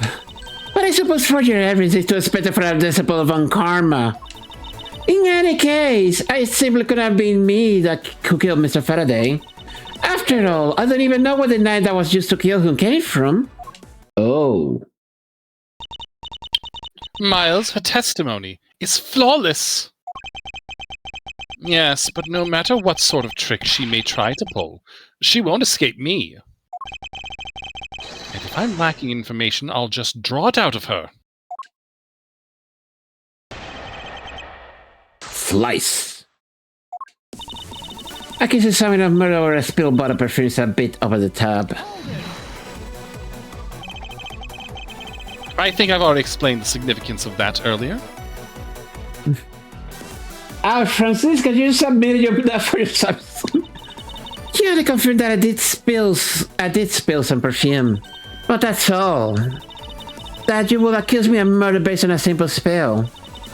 Don't you dare complain when I sue you for defamation of character. Do as you like. But as for me, I believe... You believe? I believe that you are the true culprit in this case. My, you're enthusiastic. Of course, I should have guessed. But I suppose for you, evidence is just better for a disciple von Karma. I formally request that you desist in your attack against my mentor. Yes, or we'll sue you for defamation. Aren't you telling the truth? Well, maybe more like spreading gossip. Although you adamant denounce us, shall we say, just setting fuel to the fire. How dare you! Say such a thing! Calm down, little girl. Don't let him get to you. Yeah. Oh, why do you have to ruin my phone? Well, shall I continue? In any case, I simply could have been me who killed Mr. Faraday. And why exactly could you not have killed him? I was about to testify to that. You're such an impatient man. But I'm not ready to that, you know, Edgeworth. Ah! Your preferences have no bearing on what is at hand! But a little gossip, will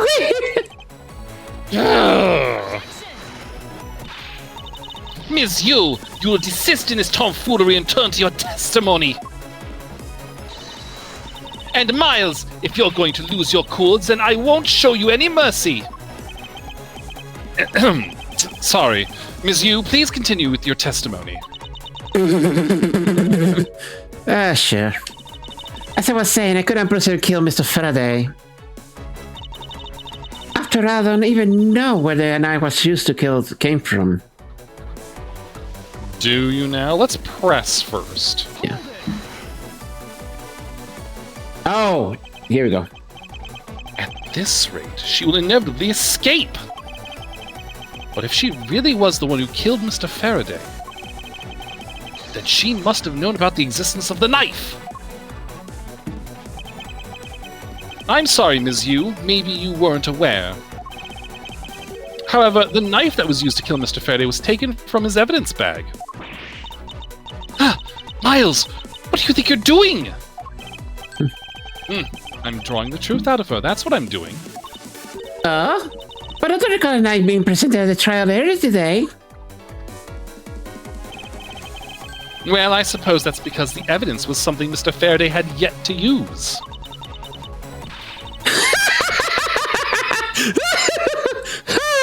So that's what you're trying to do? Look, what did you cut over the lies? I'll refigure you out.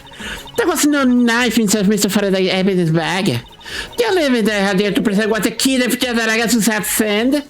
And unless a key can magically turn into a knife, you really don't have a leg to stand on.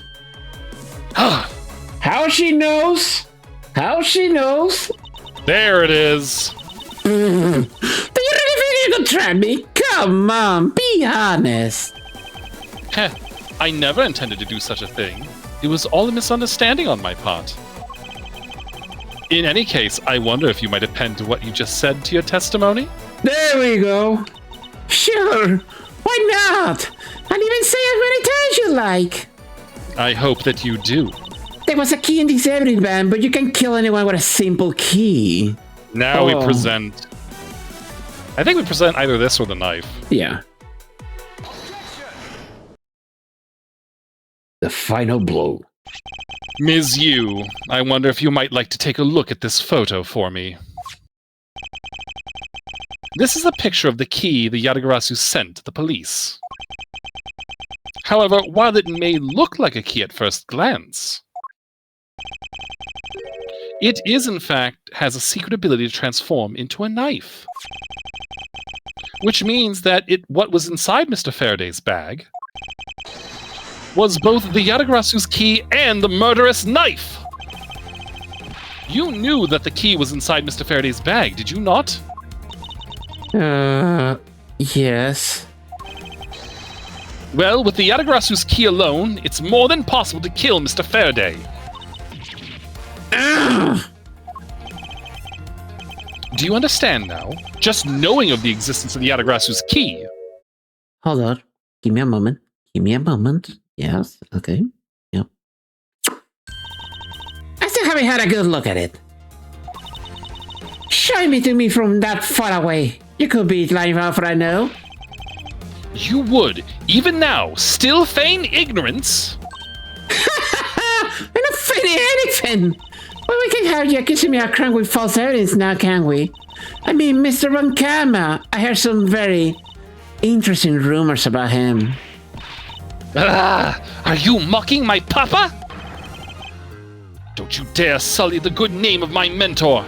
No, that's gonna happen just for now. Now take a good look. This piece of evidence is more than real. Wow, who knew there was such a thing as this thing? Now, are you satisfied now? But of course, you knew from the very beginning, didn't you? I snoozed it. Okay. You knew that the knife and the Yatagarasu's key are one and the same. Otherwise, someone like you, who isn't a member of law enforcement and who would never have been privy to this trick, would have never known about it to begin with. Furthermore, the something that the Yatagarasu sent to the police. How did you have knowledge as to what it was? Actually, I hid it from Mr. Faraday. Then before he dragged Mr. Rell off, he told me. Oh, that's right, I almost forgot. He also told me about the key turning into a knife at that time. Well, he didn't tell me about how the key actually transforms. What you are saying is simply not possible. And why not? Because Mr. Faraday himself didn't know about the hidden knife within the key. For within these pages, he mentions nothing about a knife. I'm not sure if he would have written everything in his own organizer, you know. Wouldn't something else this important be better off through oral communications? Unfortunately, that is also impossible. Because Detective Bad didn't know about the knife aspect either.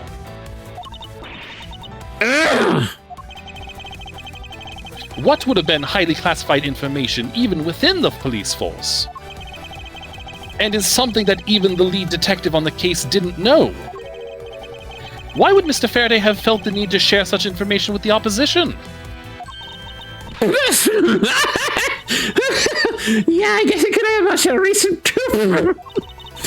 Looks like I got a pretty lame excuse. How can you laugh at a time like this? She probably just realized the flaw in her logic and is actually in a panic over it. But that's not something we need to concern ourselves with. I suppose you're right. Ms. Yu, I'd like you to state that I also know how you know the real nature of this knife.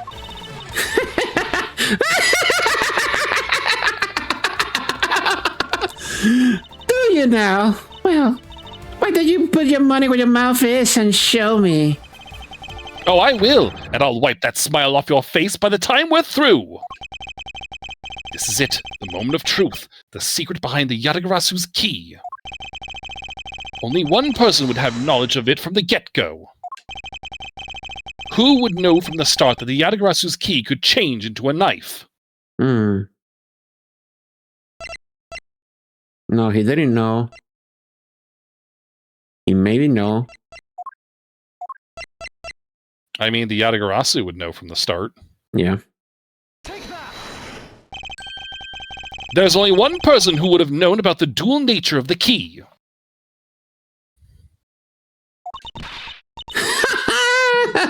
And that is... And that is the person who sent the Yatagarasu's key to the police. Wink. That is to say, the Yatagarasu herself. Herself?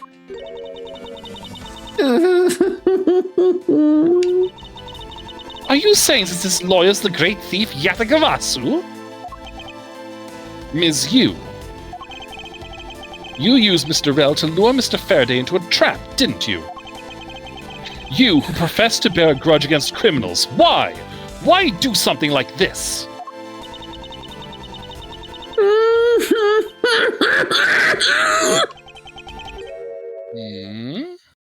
Okay. Okay. Do you need a break?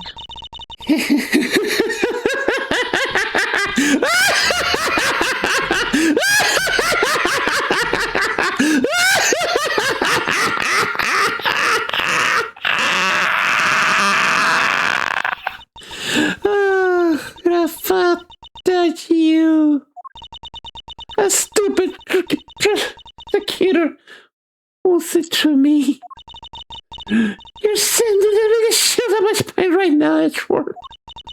This feels real. It's angry when I sneak into some place. You killed Faraday. Why? Answer me. Callis to you.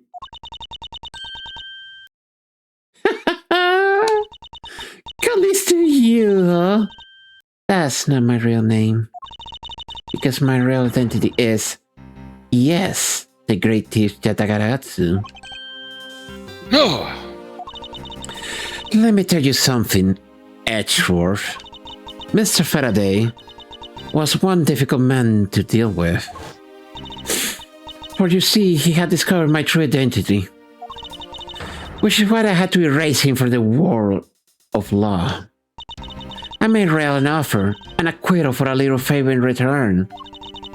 All he had to do was accuse Mr. Faraday of being the Yatagarasu in court. But once we entered the recess, Rel was dragged up by Mr. Faraday, which threw my plan into a complete mess.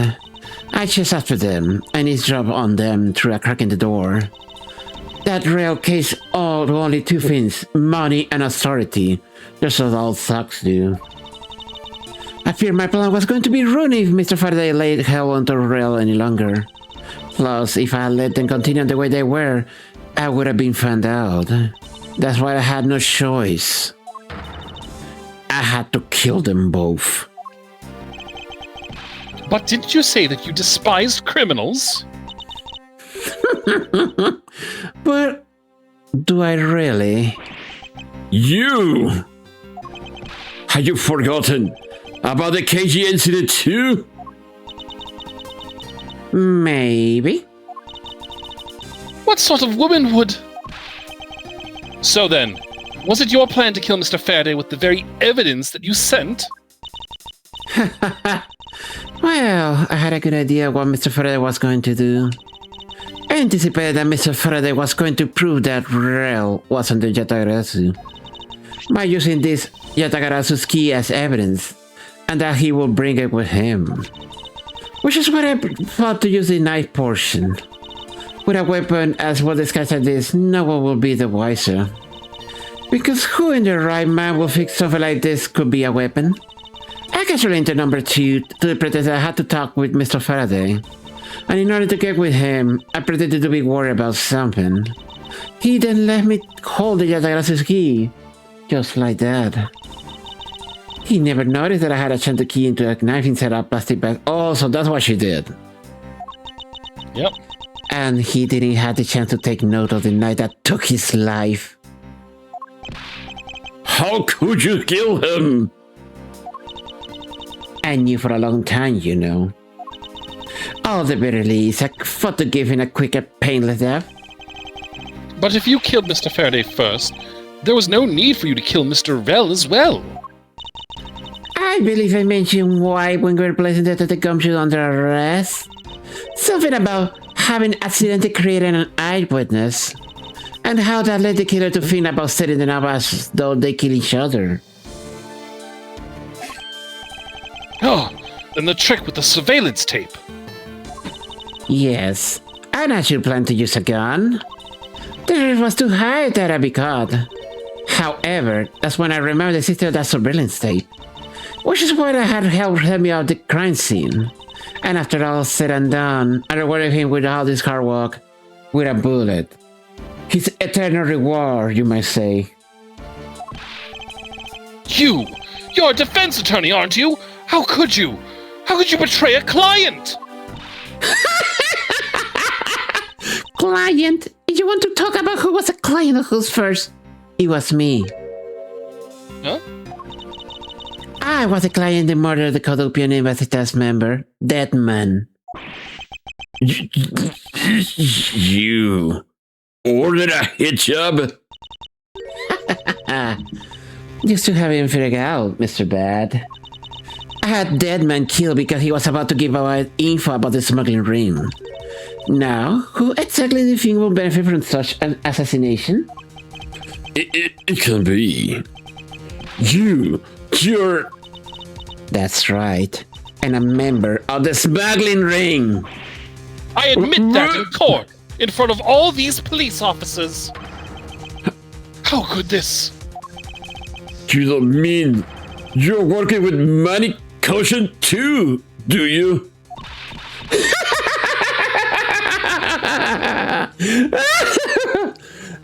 Maybe, maybe not.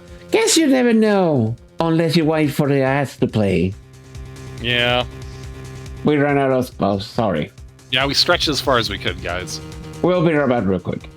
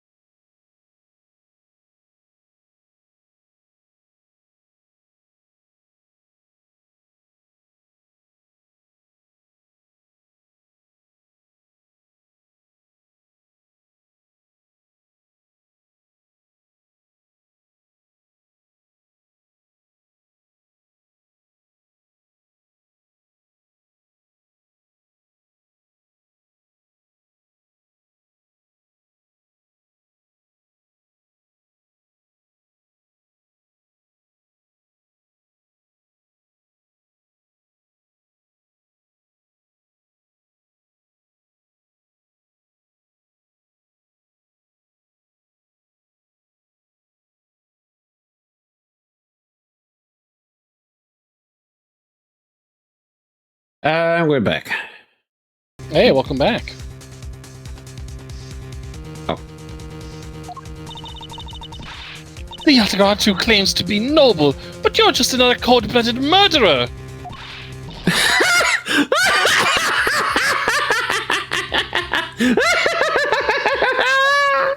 That's right, little girl. The Yatagarasu is just another killer. Be quiet, you. Yatagarasu! You can run from the law, but you'll never escape it! So just humbly accept the judgment of this court!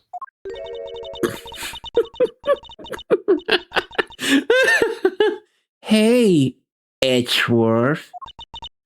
Did you know the Yatagarasu has 3 legs? Do you know why is that? Hmm? No? Well, let me tell you. It means that Yatagarasu has more than one pleasure sharp way to do her work. Oh, I thought it was going to be... Oh, God! Bailiff, she's got a gun! Oh! You really are too naive, Edgeworth. You even handed the Yatagarasu key right to me without second thought. Everything you may not have gone according to plan, but I'll still gladly take it. Ugh. You mean the key was your real target? Aye. And even I gave you such a great advice. Didn't I tell you to always keep a good eye on a criminal? Or you may regret what comes to your negligence. You too! Get out! That's understandable. Reaction from her. My body! I can't move! His trauma. Oh no. Hey, mister! To your right! Oh! You! Bye-bye. I'll Later, get you for bitches. this! I'll get you for this! Are you alright, Franziska? I'm perfectly fine, Miles. Her voice is shaking, but it looks like she's unharmed. Hmm? Where did Kay go? Oh! That's a gunshot!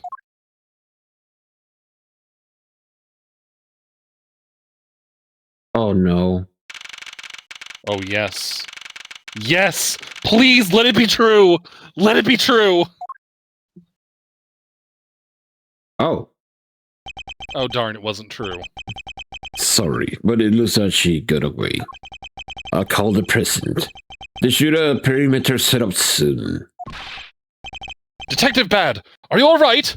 I heard a gunshot. I'm okay.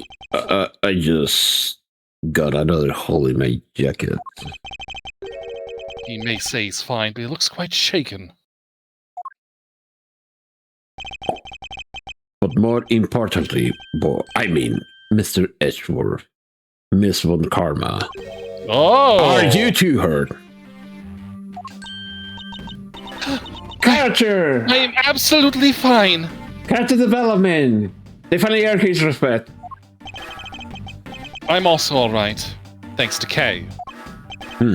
Speaking of Kay, where is she? I don't know. She just sort of disappeared.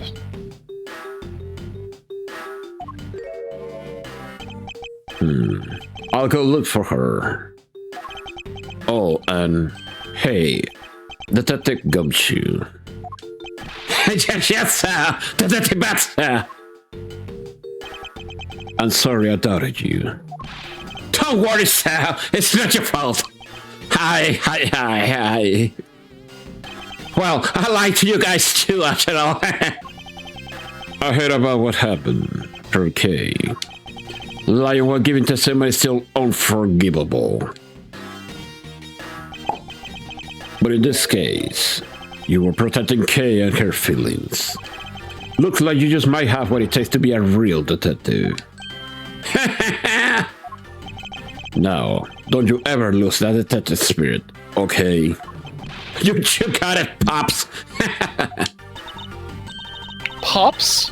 Watched one too many detective dramas recently, have we? Oh no, see, that's my actual father. Father, kid, see?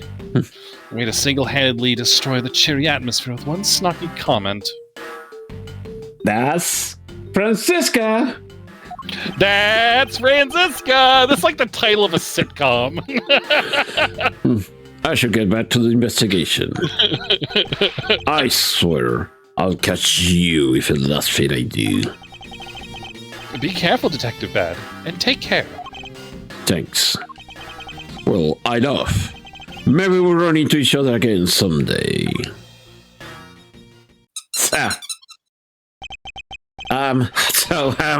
Thanks so much, pal. You're the best. You really did find out the truth behind everything. Yes, well, I'm glad we solved everything before you were taken to prison. I can't believe how much trouble I cost you with my testimony, Detective Gumshoe. I was no problem, really. I mean, I lied too, so I didn't help everything. It's really not your fault, Your Honor.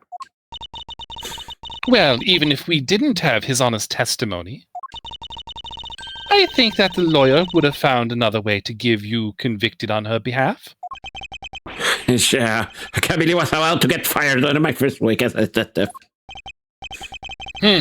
Well, so long as you're not fired, you should work hard, give all that you have, and perform your duties well.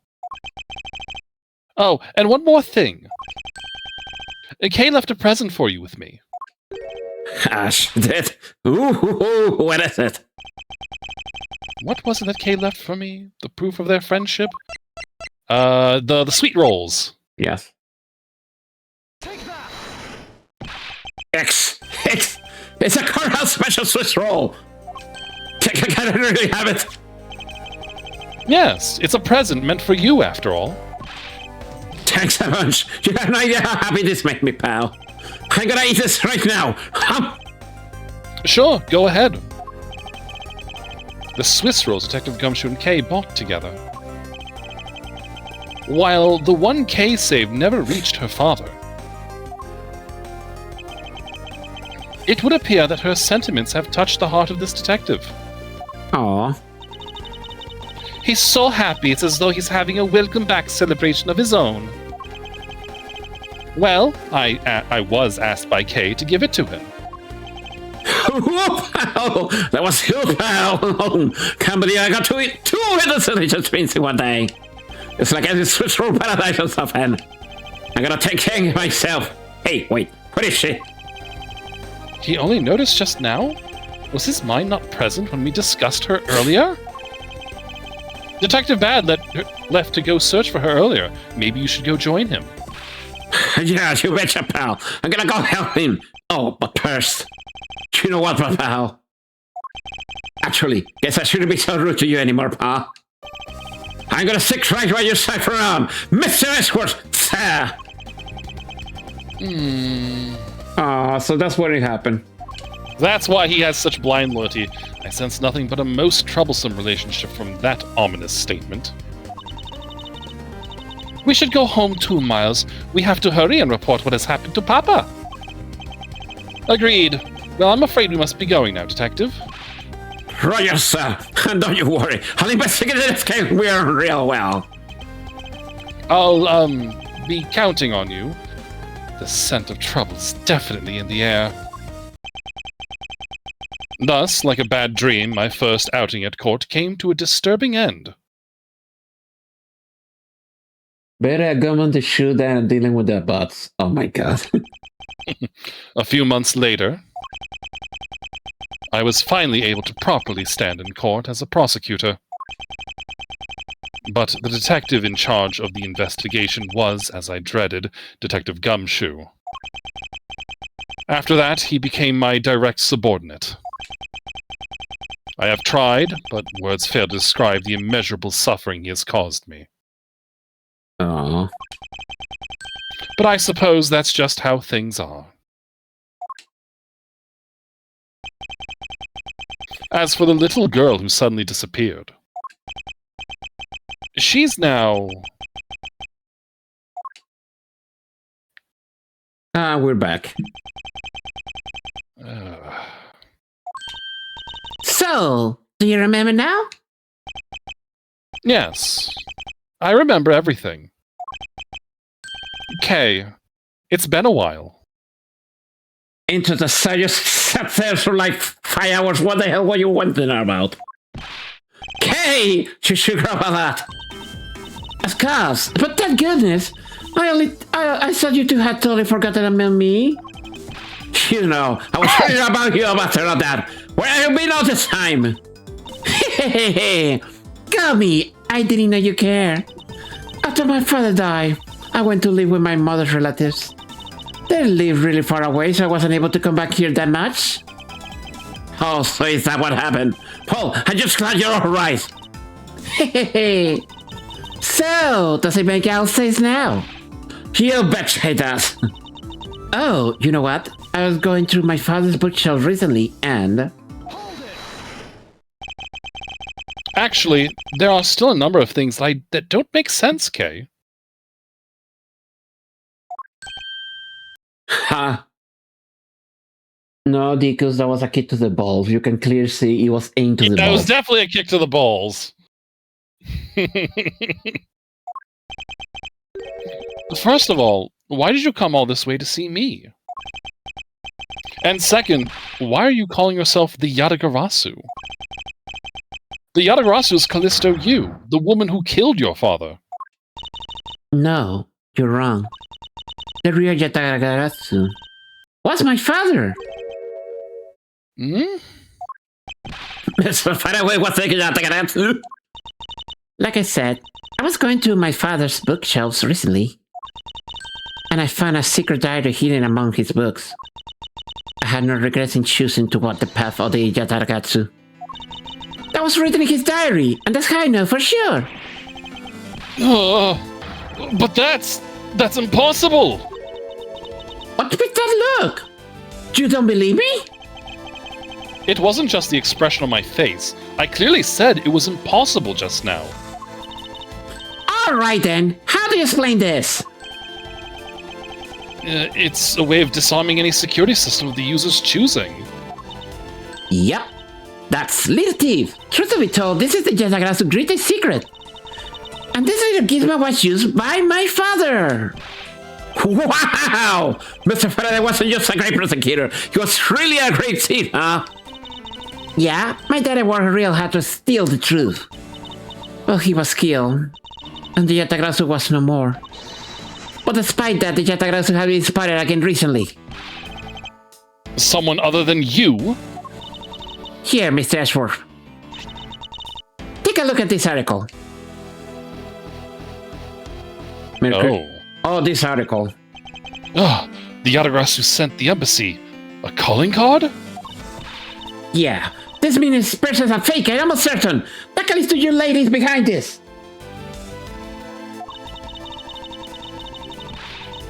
Because the real Yatagarasu will never send something like a got car out. But the Yatagarasu did send a white card along with anything to be publicized. That's what Detective Bad told me 7 years ago, if memory serves. Don't tell me bad news too. Well, as soon as I heard the news, I got wound up, and I knew I couldn't just let it go. So I searched you out, so that you could obtain the truth behind the Yatagarasu. Because if anyone can help me find it, I figure it's you, Mr. Edgeworth. So you're saying that I have your father's and Ms. Yu's identities backwards? Yes, because the real Yatagarasu is noble to the end. And I want to revive the real noble Yatagarasu. If I don't, my father will never be able to rest in peace. Kay. Kay, you're so honorable.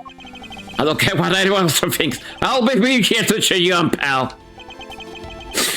Even if you are honorable, a thief is a thief. Don't ruin the moment. I'll ruin the moment if I so please. You stay out of this, peanut gallery. And if you're plotting to commit a crime, then I'm afraid I can't be complicit. Mr. Ashworth. Oh, you guys are not making it easy for me. Who am I supposed to support now? Mr. Edgeworth, what I am from you is not to steal something, What I want is the arrest of that evil woman. That evil woman. You mean Callisto you? I think it's too hard for me to catch her all by myself. But I thought that since you were able to spot her for who she is, then maybe. Please, Miss Edgeworth, won't you help me? Come to think of it, I do believe I owe you. Huh? Owe me for what? When Ms. Yu made her escape, it was you who saved my life. That's right. Furthermore, you helped me with the investigation today. I am not so rude as to leave favors unrepaid. Did you mean? Yes. That case has been weighing down my soul ever since that fateful day. That's like what, the third case now? Perhaps the time has come to settle things once and for all. If you don't intend to sully your hands in a crime, then I believe I can help you. Mr. Edgeworth, thank you! Yeah, Miss Edgeworth. Isn't that great, hey? Yeah, I'm sure it is, Gummy. Even though he had completely forgotten about her until just now. Ah, what is with their chummy relationship? You get there. It's nothing like the one that I have with my boo in the courtroom. It's much healthier than that. The great thief Yadagarasu. After all that time, the true identity of the thief sank back into the darkness. Bjorn Faraday, Callisto Yu, and Kay Faraday. The phantasmagorically changing identity of the great thief Yadagarasu. And the Yadagarasu's real goal. It would all come to light the day after I made that promise to Kay. The end. Woo!